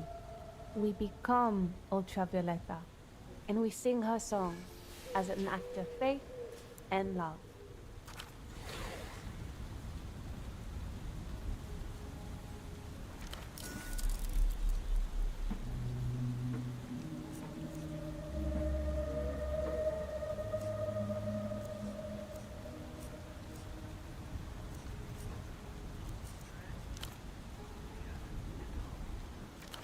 Yuck. That freak with the colored hair? Definitely not Moonglow. Whatever the opposite of Moonglow is, that's her. It's true. She could never be a true Ultra. Sorry. She can't sing. She tried at school once, in the talent show. It was like high catastrophe. She died up there. I mean, she should have actually died. If that was me, I would have just died. Thank you. Why do you have that? How did you get that? That's secret UV lore, not for someone like you.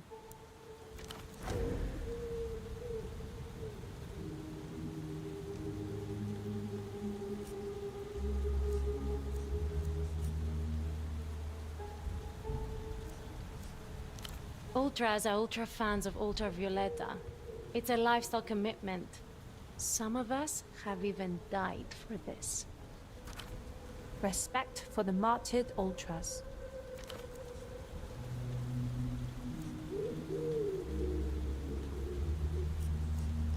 Alright.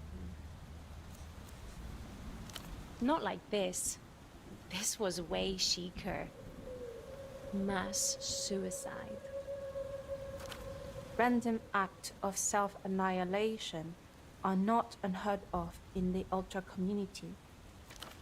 They didn't even have to plan. They just heard the lyrics and knew. It was time to jump off the balcony of their parents' apartment building.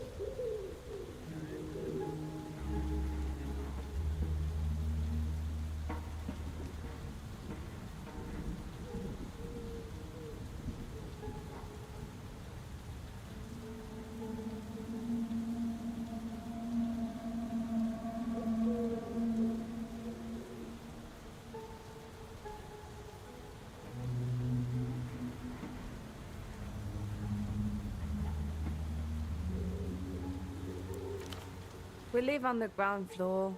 I'd have to, like, slit my throat or something. Messy.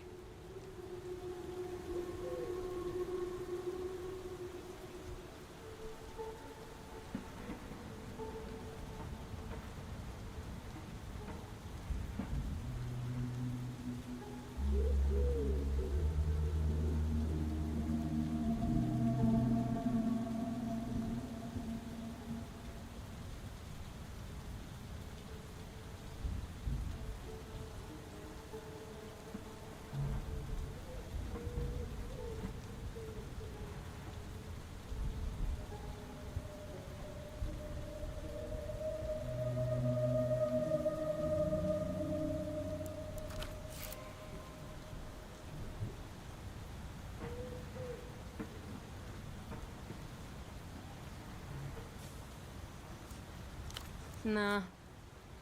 It was just one live performance on the radio a few years ago. Lucky bitches.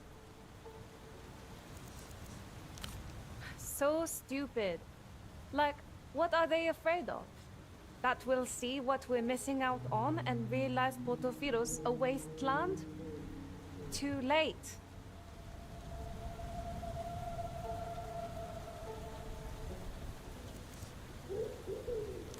Everything. The whole world is moving on without us out there.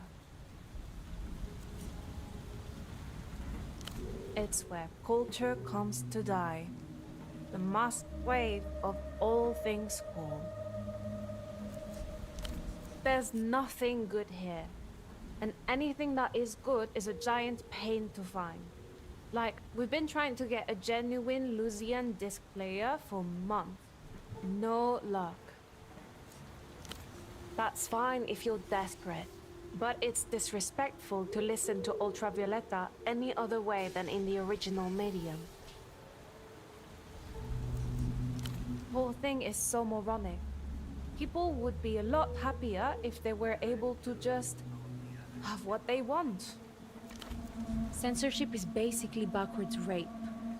And that's not very Moonglow in any direction. Yeah. It's been a few weeks now. I really hope she's not dead. She'll be back. She's probably just hiding from all the publicity. Or it's all a promo thing for YBFAD. Or she got kidnapped. I heard that too. My brother says they're going to come for us next.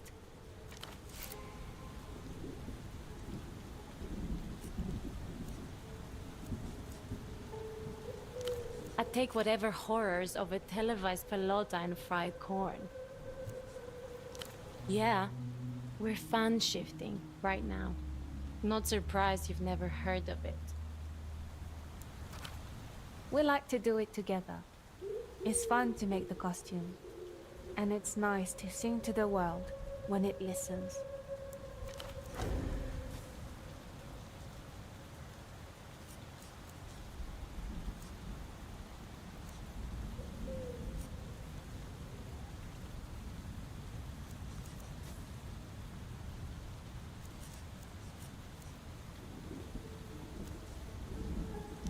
That means a lot.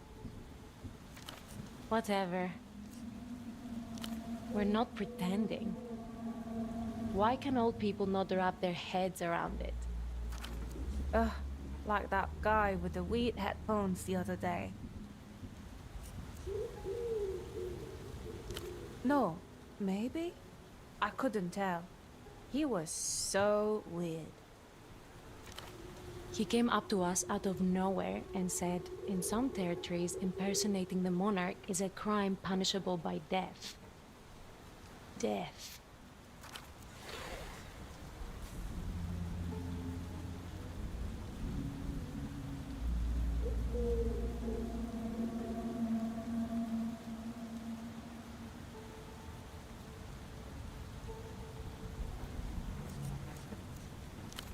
Oh, maybe that's why Ultravioleta's been missing all this time. Maybe the weird headphones guy kidnapped her and he's keeping her songs all for himself. Not weird, scary. He was obsessed, like obsessed. No way. But he looked so old. Wait, no, actually that's so chic. That fits. It's unreal. Like, almost the exact embodiment of the Moongol spirit.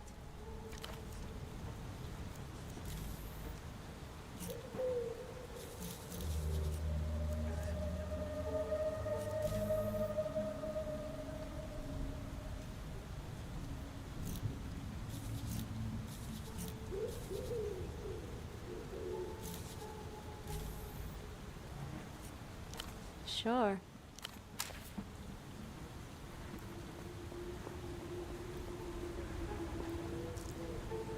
You're confronted by a striking image in bold red and black. A woman perched on a sofa in a simply furnished apartment. A handgun lies across her lap. On the table next to her, a beverage in an appealing slim can. In white text, contrasted against the black shadows, the words, "Safe house is anywhere." This woman is being paid to convince you it is. It's nothing like the ones they have back in the People's Republics. Heifer Red and Black Special Edition. The can is adorned with a handful of coffee beans, a sugar cane, and a splash of cream. There is no other identifier.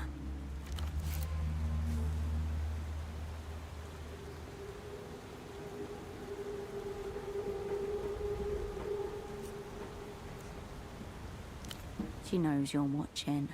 The shutter's release captured the moment she was thinking about you. The future. The onlooker. Forever. She knows that you see her. She is nothing. An actor, likely hired on the basis of her fascinating hair. The young, capable, pretty, yet also shy and approachable classmate you imagined in your dreams. Your hand touches hers unexpectedly during small arms training at the opera's greenhouse. She blushes. The words begin to blur before your eyes. Your eyes snap back into focus. The woman, the gun, the appealing can are all as they were. Around you, the sounds of Party Alley resume. Yet another poster that would look awesome on the wall above your bed. Dried flakes of paste drift to the pavement as you peel the advert from the wall and roll it up.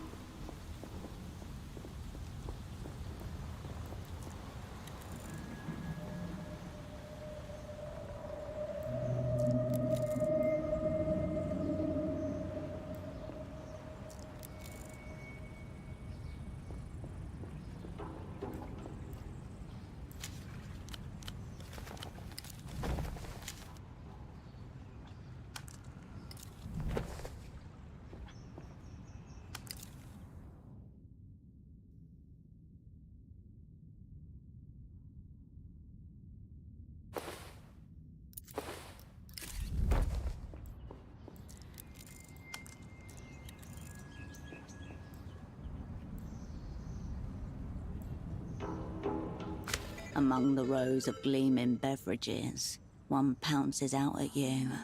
This vending machine carries the Heifer Red and Black Blend Special Edition canned coffee.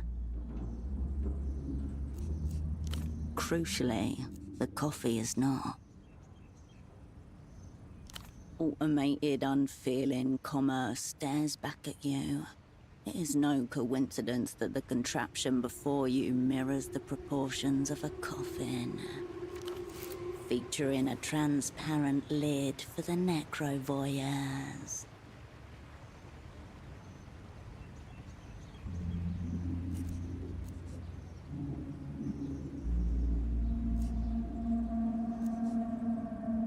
The machine doesn't care about your financial situation. Either it receives your money, or you do not exist. You may find it impossible to forget. Heifer, red and the coins vanish with a jangle. Nothing. You were warned. The developed world will happily unburden you of your currency in exchange for services never rendered. Maybe this machine fears you. Maybe it doesn't want to give away a part of itself to a stranger, but market conditions demand it. Something rattles within the machine's guts. The coffees sway gently. None fall from their rack. Your hands glimpse the machine's full weight as it rocks back and forth. Still, it does not give up the red and black special edition coffee. Cumbrous movement, glacial reaction speed. The automaton may be large, but it is beatable.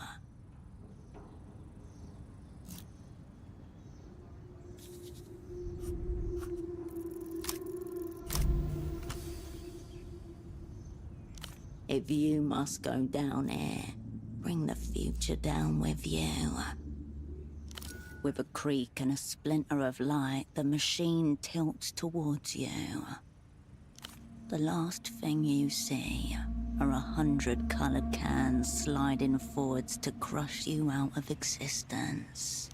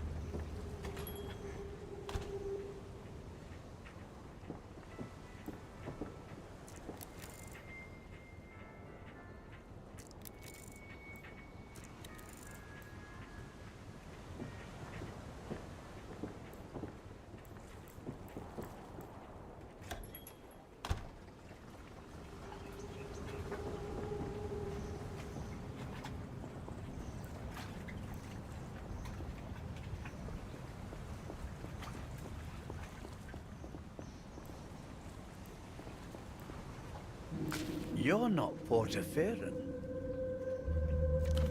Neither is he. It's in the accent.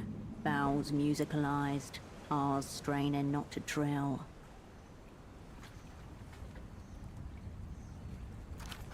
As he addresses you, the gazes of his two table mates veer towards you, like cataractic headlights. It takes one to know one. And you? You're a long way from Marcia. Not you instantly, even though your accent has been diluted in the decade plus since you left. What happened, sugar tits? You get lost? Or are you just looking for company? Kill this lecherous geriatric.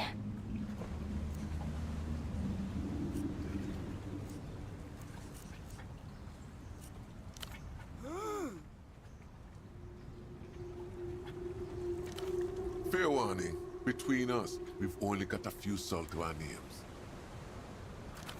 Animals. That's how it is with most pilots, though. Here. More than a courtesy. He's establishing hierarchies. You and him, human. His companions. Subhuman. Schnaps. It washes stinging down your throat, followed by a kind of anesthetic vapor that rises all the way into your sinuses.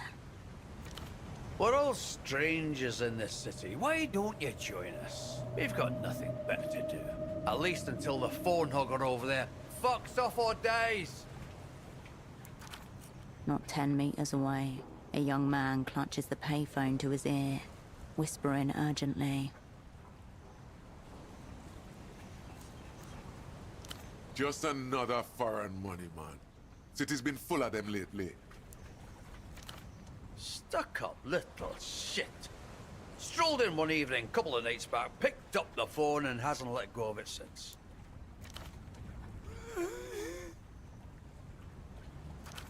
That was a growl, not an attempt to speak.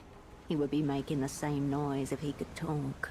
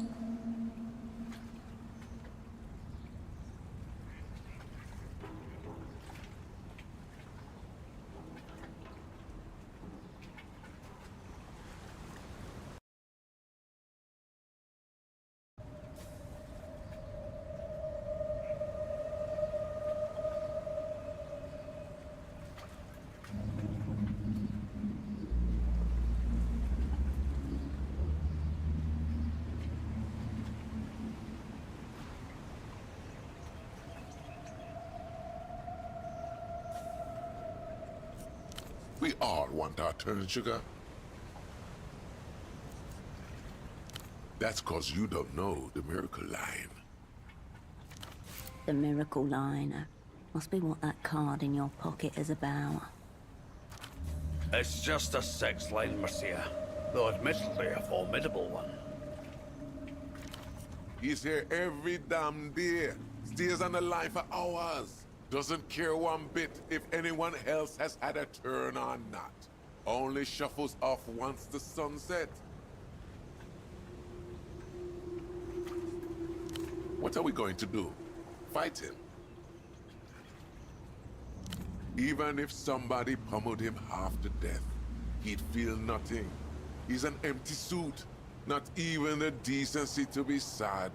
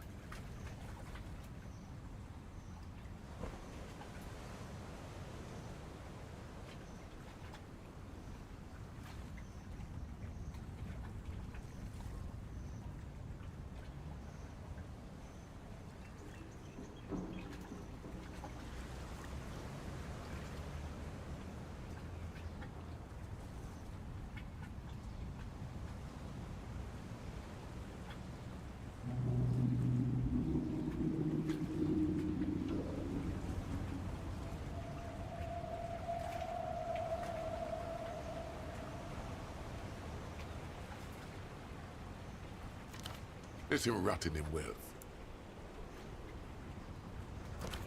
He's not rich, Slava. He just works for rich people. Ignore them, Mercier. They have no idea how money works. Please, Sugar. We can't deal with any more competition. The money man has us down to quickies. Will you look at that?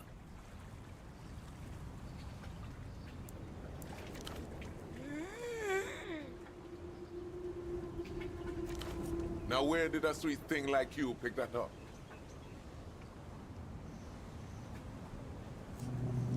What a way to go, eh?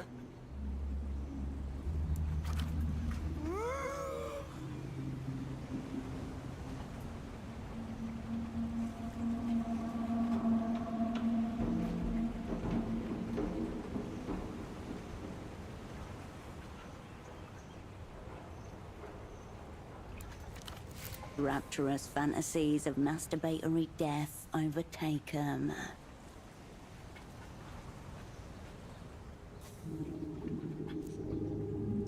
I've saved some recordings of Duchess to use privately, you know. To answer your question, you used to see a few of these floating around, but not for years.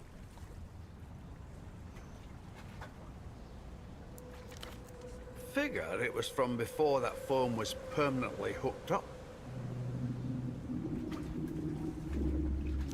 It's always connected, that's what. No dialing, no choice to call anyone else. You pick up that phone over there, done. She's there. Duchess.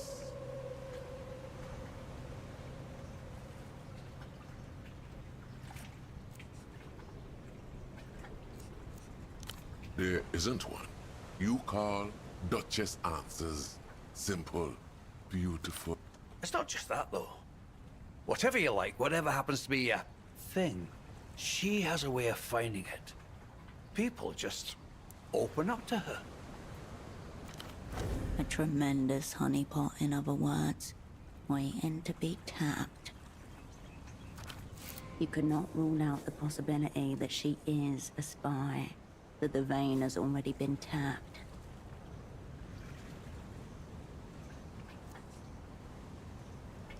I got nothing to hide. Can't speak for Pigeon, though. Pigeon rolls his eyes and feigns indifference. I used to ask for some kinky stuff, but it's not like that anymore. Duchess and I are friends now. Talk to a person for long enough, it's inevitable you end up becoming close. Provided, of course, you don't spend all that time asking her to make animal noises. Toying with him like a cat with its prey. Now he breaks off another leg and watches the thing limp. In fact, regarding Duchess, I have a favor I need someone to do for me. You don't think you could help me out, do you? I bought a gift for Duchess's kids some time ago, but I haven't been able to track myself all the way up there. Eyes widen. The other men regard him like some kind of god. Can you give it to her for me? Thank you, Mercia. Honestly, I'm just sad I can't take it myself. Wait a minute. Here.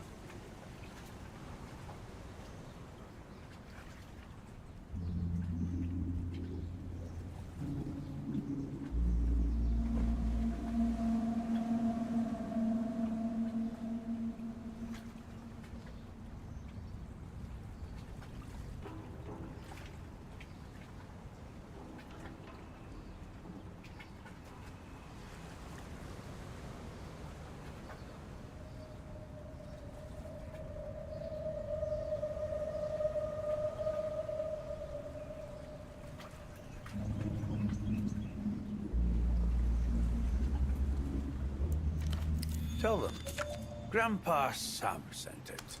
Remember that. You know the housing campaign? Northwest from Party Alley. She's got a houseboat in the canal up there. Should be one of the only ones in the area. Thank you, Marcia. We'll be here.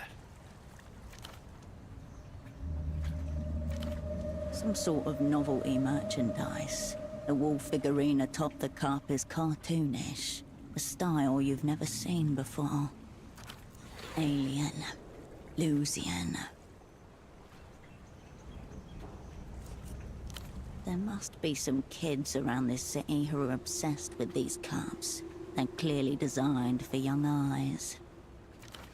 This better lead to something assignment related.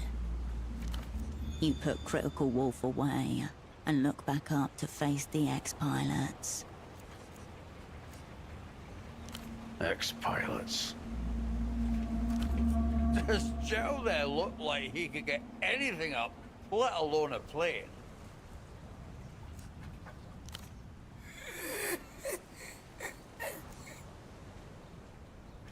Loud Joe. He doesn't talk much. I'm Pigeon. That's Slava over there.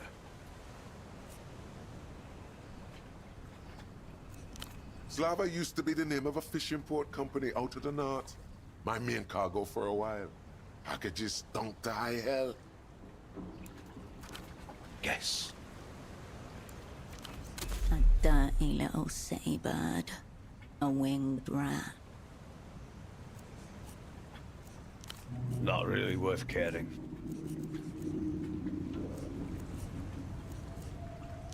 Two of the pilots slowly turn their heads towards the third, the silent one.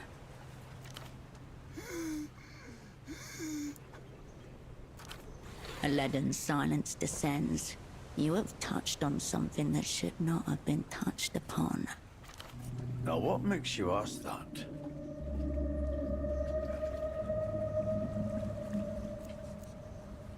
Well, we're not. Not how we get our kicks.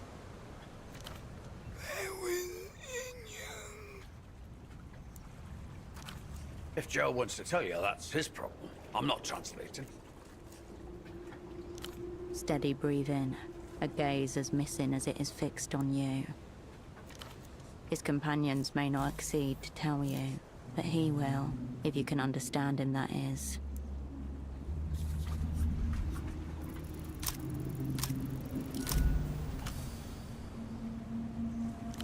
You stare him dead in the mouth and utter one command. Dogs own vellum.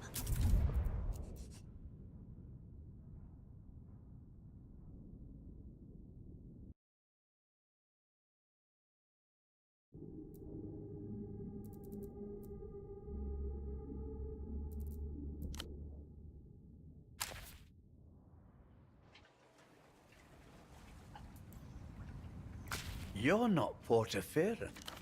Neither is he. As he addresses you, the gazes of his two table mates veer towards. It takes one. You're a long... Clocked you instantly. What happened? Kill this lecherous geriatric. Fear one. Animals. More than a courtesy. He's a stab. Schnapps. What else? Not 10. Ex-pilot. Does Joe there look like he could get anything up, let alone a plane? Wrong. Me is a man of the skies, Blondie. I'm just between landings at the moment. Permanently. Loud Joe. I'm Pigeon. That's Slava over there. Slava used... Guess. A dirty little city bird. A winged rat. Sure. Man's got no compass. Him could... Joke's on you all anyway. I did clockwork for it. Perishable goods, fruits. Military.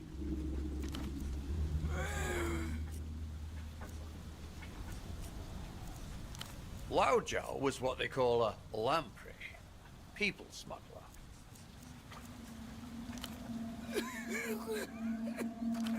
Zhao ran low altitudes missions in and out of the territories for, what, 10 years? Territories meaning, in this case, the Luz's island states. Briefly independent, now re-annexed. Call them whatever you want. They wanted out. Just another... Stuck. That was a growl, not an attempt to speak. He would be making the same Who cares, sugar? Come on. Foreign money men in this city? Empty. wherever there is money. We all want our turn, sugar. That's cause you... The miracle line. It's just... He's here every damn day. What are we going to do? Even if... Let him rot it. He's not rich, Slava. He just works for rich people. Ignore... Please, sugar. We can't deal... Will you look at that? Now where did a sweet thing like... What are we... Rapturous fantasies of masturbatory death overtake him. I've saved some...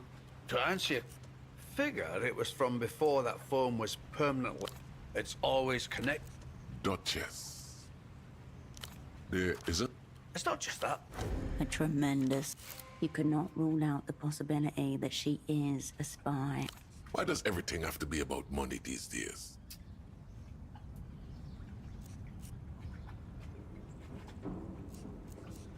If it is about money, it's not in any way that concerns us. Line's been free for as long as anyone can remember. They act like the issue of money is secondary. I got nothing to hide. Pigeon rolls his eyes and faints. I used to ask for some kinky stuff, but it's not like that anymore. Talk to him. Toying with him like a... In fact, regarding Duchess, I bought a gift. Eyes widen. Can you give it to her? Thank you, man. Wait a minute. Tell them. Grandpa Sam. You know the housing campaign. Thank you, Marcia. Some sort of alien. Lucian. There must be... This better leave. You put Critical Wolf away. Officially? We're exiles. The reunion came for us. We came here. The laughter leaves in its wake something like conversational scar tissue. The reunion. The Luz's grand annexation campaign. Slow, legal, often bloody. A creeping tide reclaiming every few years one more of their old colonies. If it is, I won't be around to see it. Liver's on its way out. Cancer will get me before the Lusians do. That smirk. Like he's somehow gotten one over on Faye.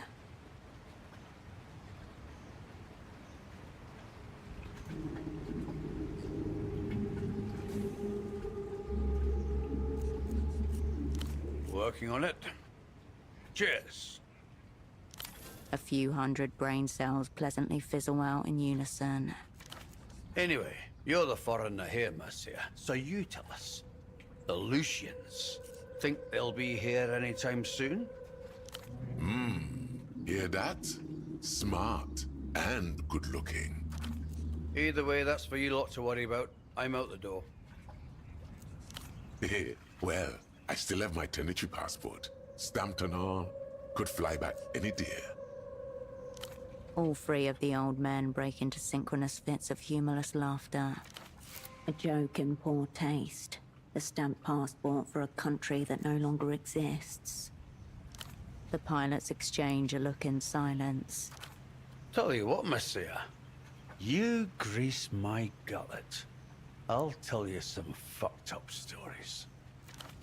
He means, buy me around. You know what he means, but you can't help it. An apple-sized dollop of lard melts between hand and chest as you massage grey tufted folds of old skin. Wish I could say the same, sweet lips.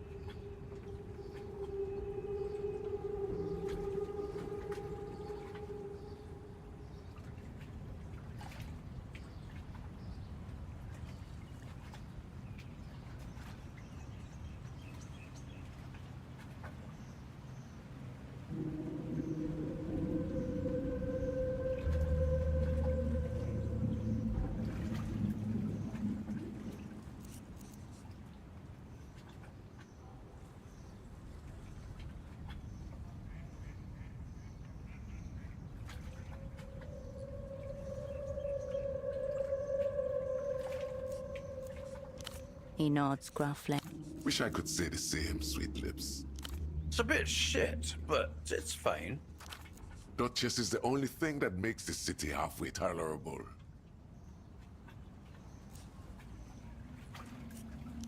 Sociable enough. Like friendly dogs. From the super block, eh? Interesting. But no. I would say ask the Duchess herself, but she doesn't talk about clients with other clients. She's professional like that. He knows because he's tried.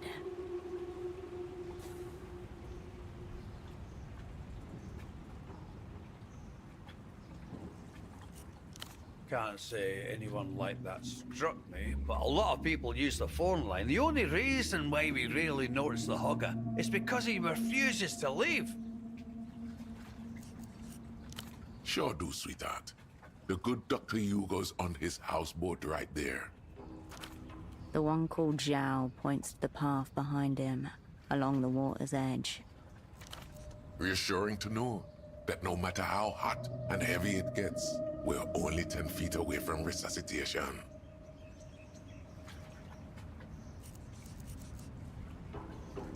Until next time, sugar.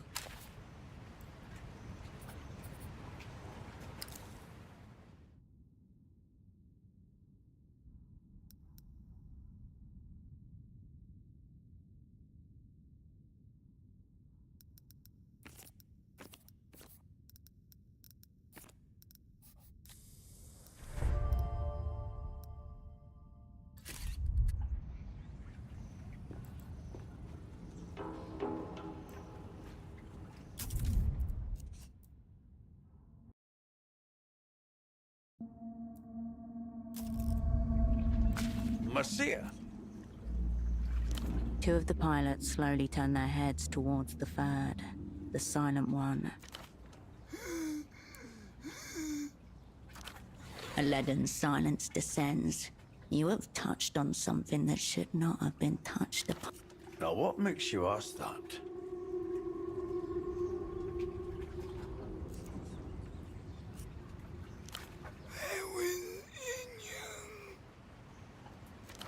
If Joe wants to tell you, that's his problem. I'm not translating. Steady breathing, a gaze as missing as it is fixed on you.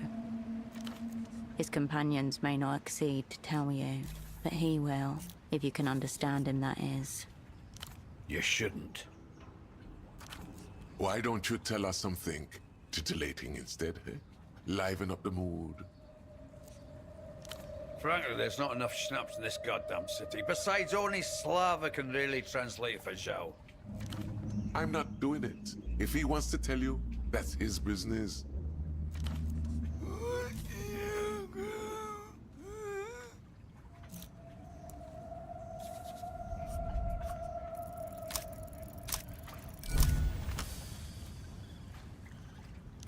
Your attention hones in on his mouth and the minutiae of its movements.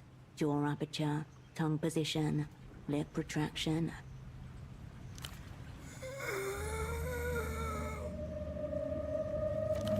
The fleeting shapes of ghost words flit through your vision.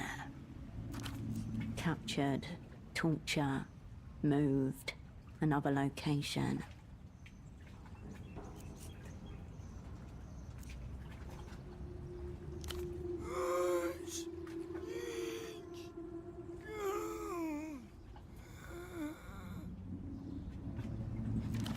Different, clean, doctors. At some point you begin to see the story behind the words. After weeks or months of being hauled around like dying meat from one grimy torture site to another, suddenly he arrives in a sterile facility. Behold, the true face of the so-called developed world.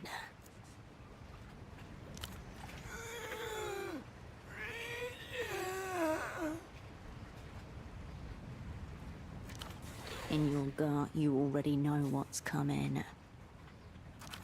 Vocal cords, surgical, no anesthesia. Let me go. And once the experiments are done, they throw him back on the street and close the doors.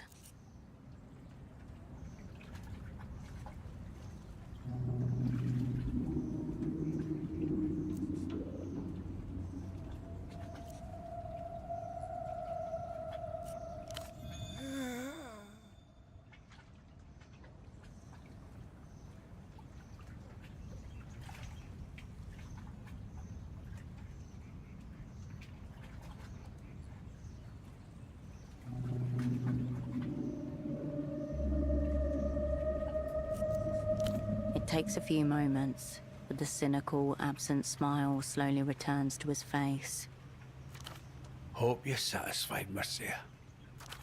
The sick stuff I'm going to need to say to Duchess after this.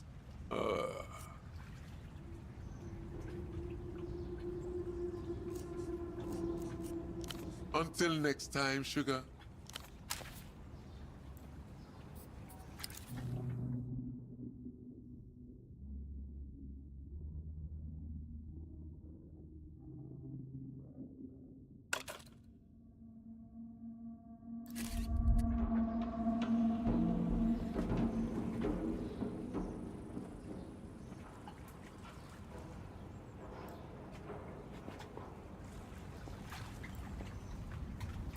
Unwise to your presence, a lanky young man presses the handset against his flushed cheek. Practically clings to it, like a shipwreck survivor holding onto a piece of driftwood. I don't know how much time we have. You have to help me fill it in. Whatever the person on the other end of the line has to say to that, it makes the man's eyes squeeze shut and his mouth slacken in a guttural groan. The line appears to be occupied. I can't possibly perform under these conditions. You have to make me. This boy man has beat you to it. His glasses are half fogged from the sweat beading on his upper lip. The gap. I'm not even worthy to approach it on hands and knees. My little heart wouldn't be able to take it. So this is what the miracle looks like firsthand.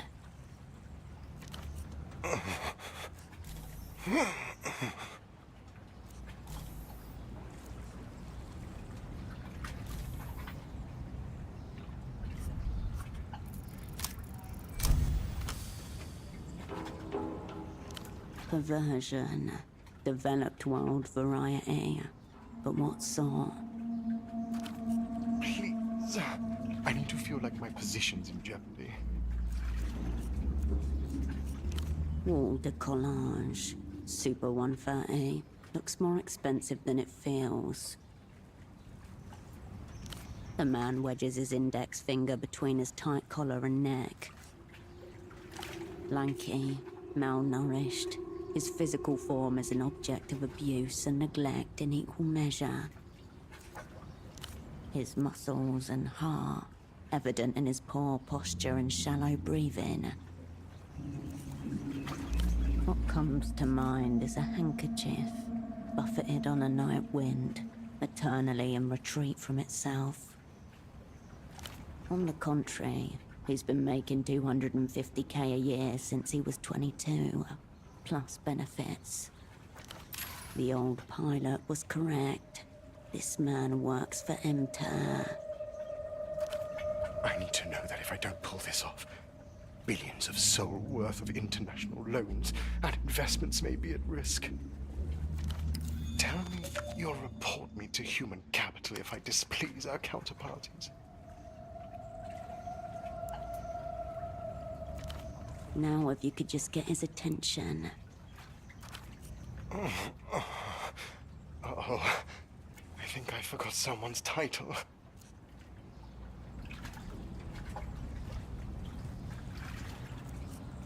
She thinks I work with the mouth breathers in the trade office. In this suit. Unbelievable. Yes, I saw your colleague, hanging utterly deflated from this very payphone. It was despicable.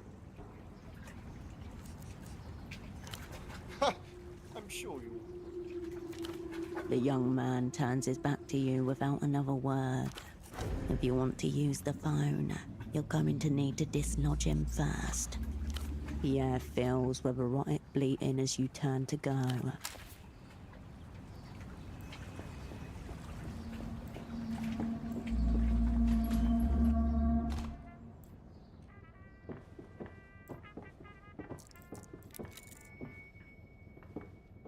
The one personal touch in the otherwise sterile, blank clinic. The wall has been decorated with photographs, documents, evidence of Dr. Hugo's existence. Lights glint off the glass as you read what's under them. Multiple medical school degrees and a City of Portofino license to practice, issued by the Portofino Board of Medicine to a Hugo. The document has to be displayed by law. Operating an unlicensed clinic inside the city limits is strictly prohibited.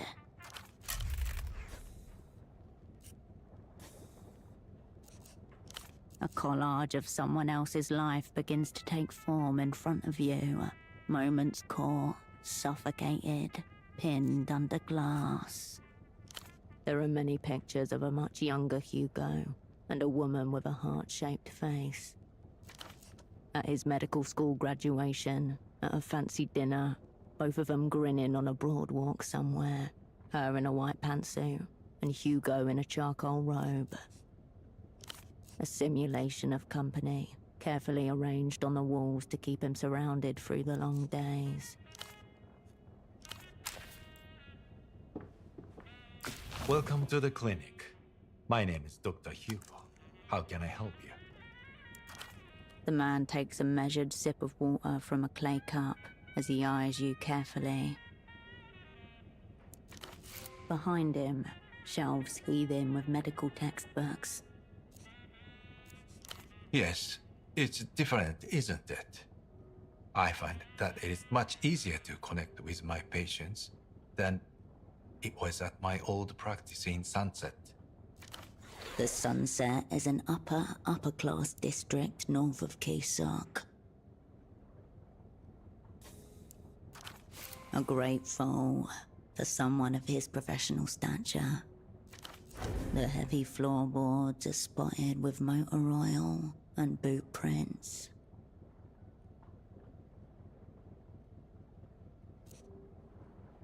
Pardon?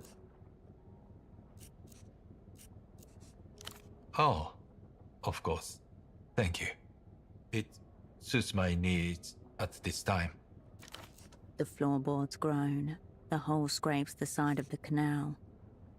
Oh. A man stands in front of the payphone, clutching the receiver. No. I don't even know what a phone sex injury would entail.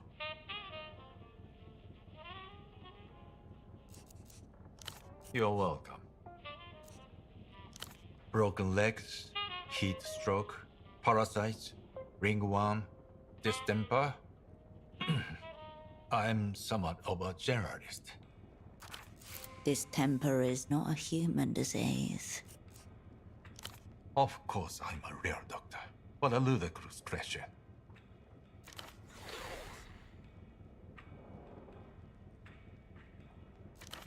A real human doctor would have a real human medical license. You should give his a look if you get the chance. Family medicine.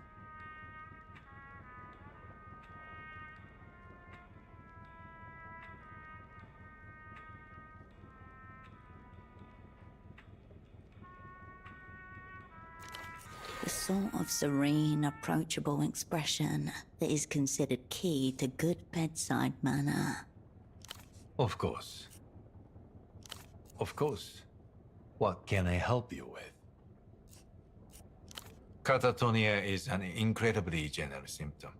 It could be caused by anything from overdose to meningitis to a stroke. I'd need to see the patient to venture a guess. Pseudopod will not be exposed, nor will you. I suppose audio could trigger some sort of neurological event. but they are exceedingly rare. More than likely, it's a coincidence. He may have sat down, put on his headphones, and then had a massive cardiac event. Substance use is also rampant in musical subcultures, I've been told. That's the second time he's brought up drugs.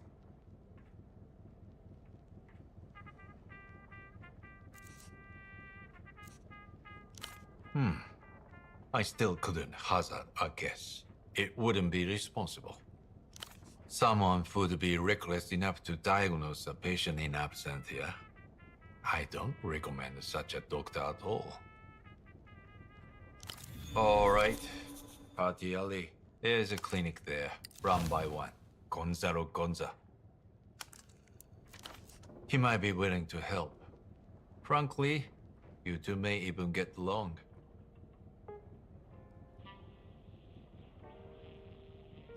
No, it would all be guesswork, which is unwise, medically or ethically.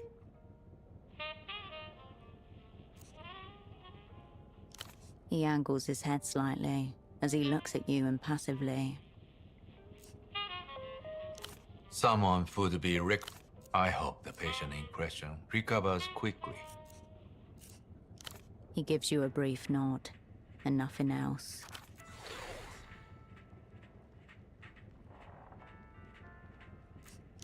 Without a prescription, I suppose I could sell you some melatonin tablets. Until next time.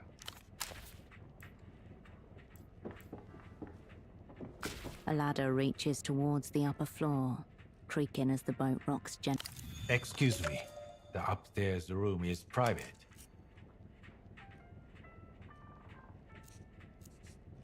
Thank you for the advice. Now, please. I live here.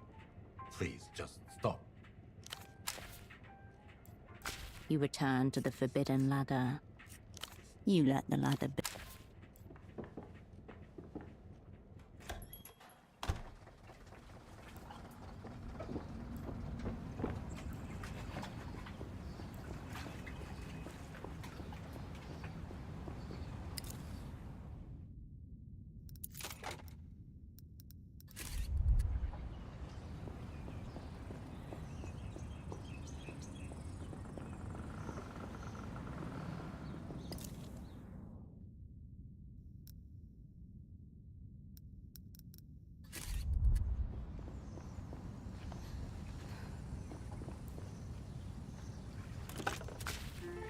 You step into the booth and press the receiver of the phone that makes people disappear against your ear.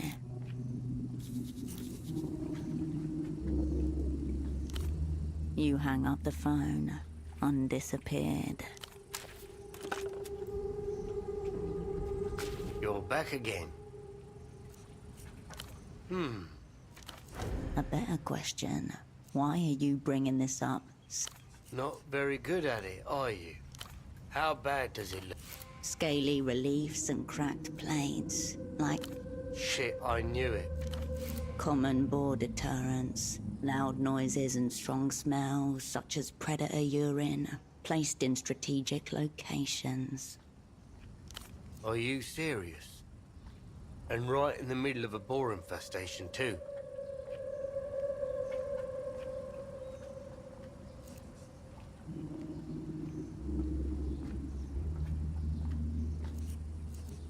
The GM gives you the most cursory of nods.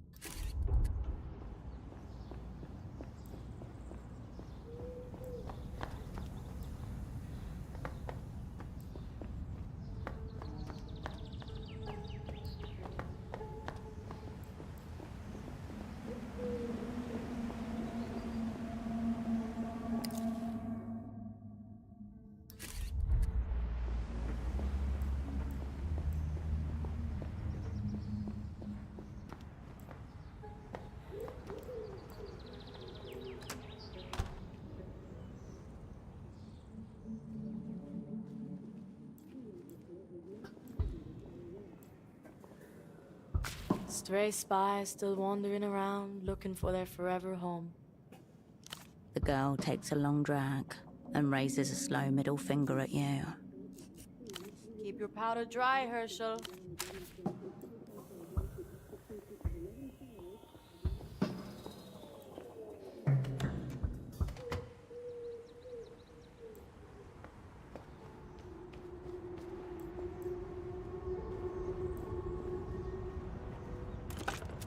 You pick up the payphone's handset, a dolphin emblem smile. You step away.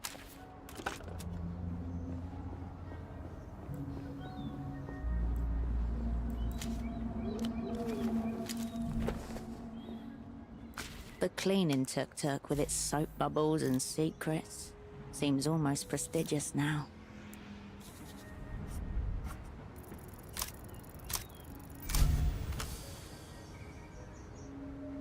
The old padlock, under stresses it could not possibly endure, shudders and pops open. The small space is tightly packed. In the corner is a selection of buckets, a rack of brooms and mops mounted on the wall above them. Bottles of cleaning solution are tucked into every free space, with names like Zyfrox, Extra Clean, Shine and Shimmer. Your eyes land on a shapeless garment in a disconcertingly meaty shade of pink. There's a zipper on the back and a large tinted window at the front. A viewport out, but not in. It vaguely resembles a giant sausage. An organ stuffed with flesh, processed and squeezed into shape. Anything that obscures your face is good, and this suit has the advantage of obscuring your humanity completely. The suit slides off the rack and into your hands. The tuk-tuk remains in its place.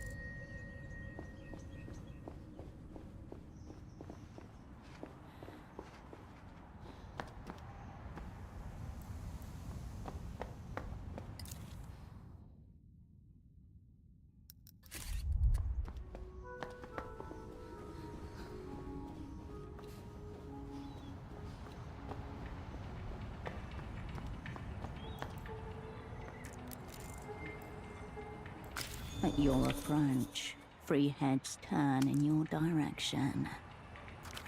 Through Kurt's insight, you can see it now.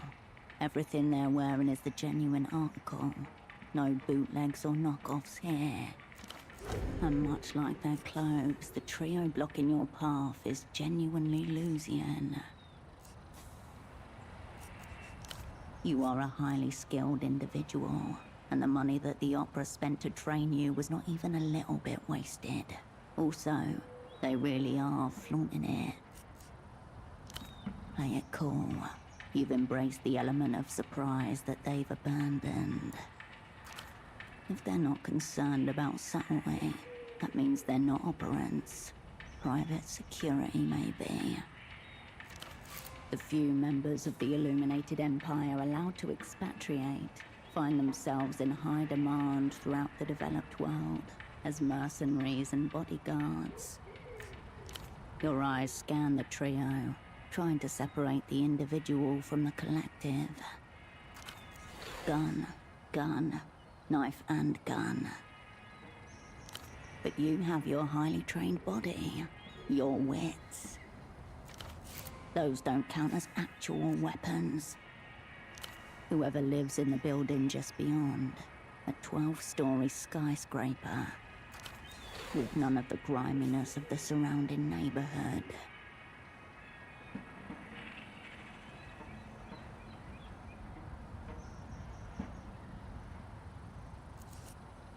They weren't interested in Kurt's proposal. Why would they respond to you? Do you now? I'm sure it's very close to the real thing. The way you phrased that makes it sound like you're in possession of a knockoff. No. An item like this is only available in Cicatrice Frontera. If it was legitimate, you would not have it. So, you've been fooled by an imitation. Or you're lying. That young man over there is a bit confused. Street's blocked. Go another way. You can ask the GMs. We're not doing anything that isn't permitted. Apartments. They share a look between all 3 of them. The woman, tapping her shoe, snorts a laugh. Foreign accent, questions about the area. You're nothing but a lost tourist. The housing campaign. An apartment block housing hundreds of families who were displaced after their original homes were seized by eminent domain. Victims of the city's mid-century ambitions. Perhaps you're lost. You can feel 6 eyes on your back as you leave.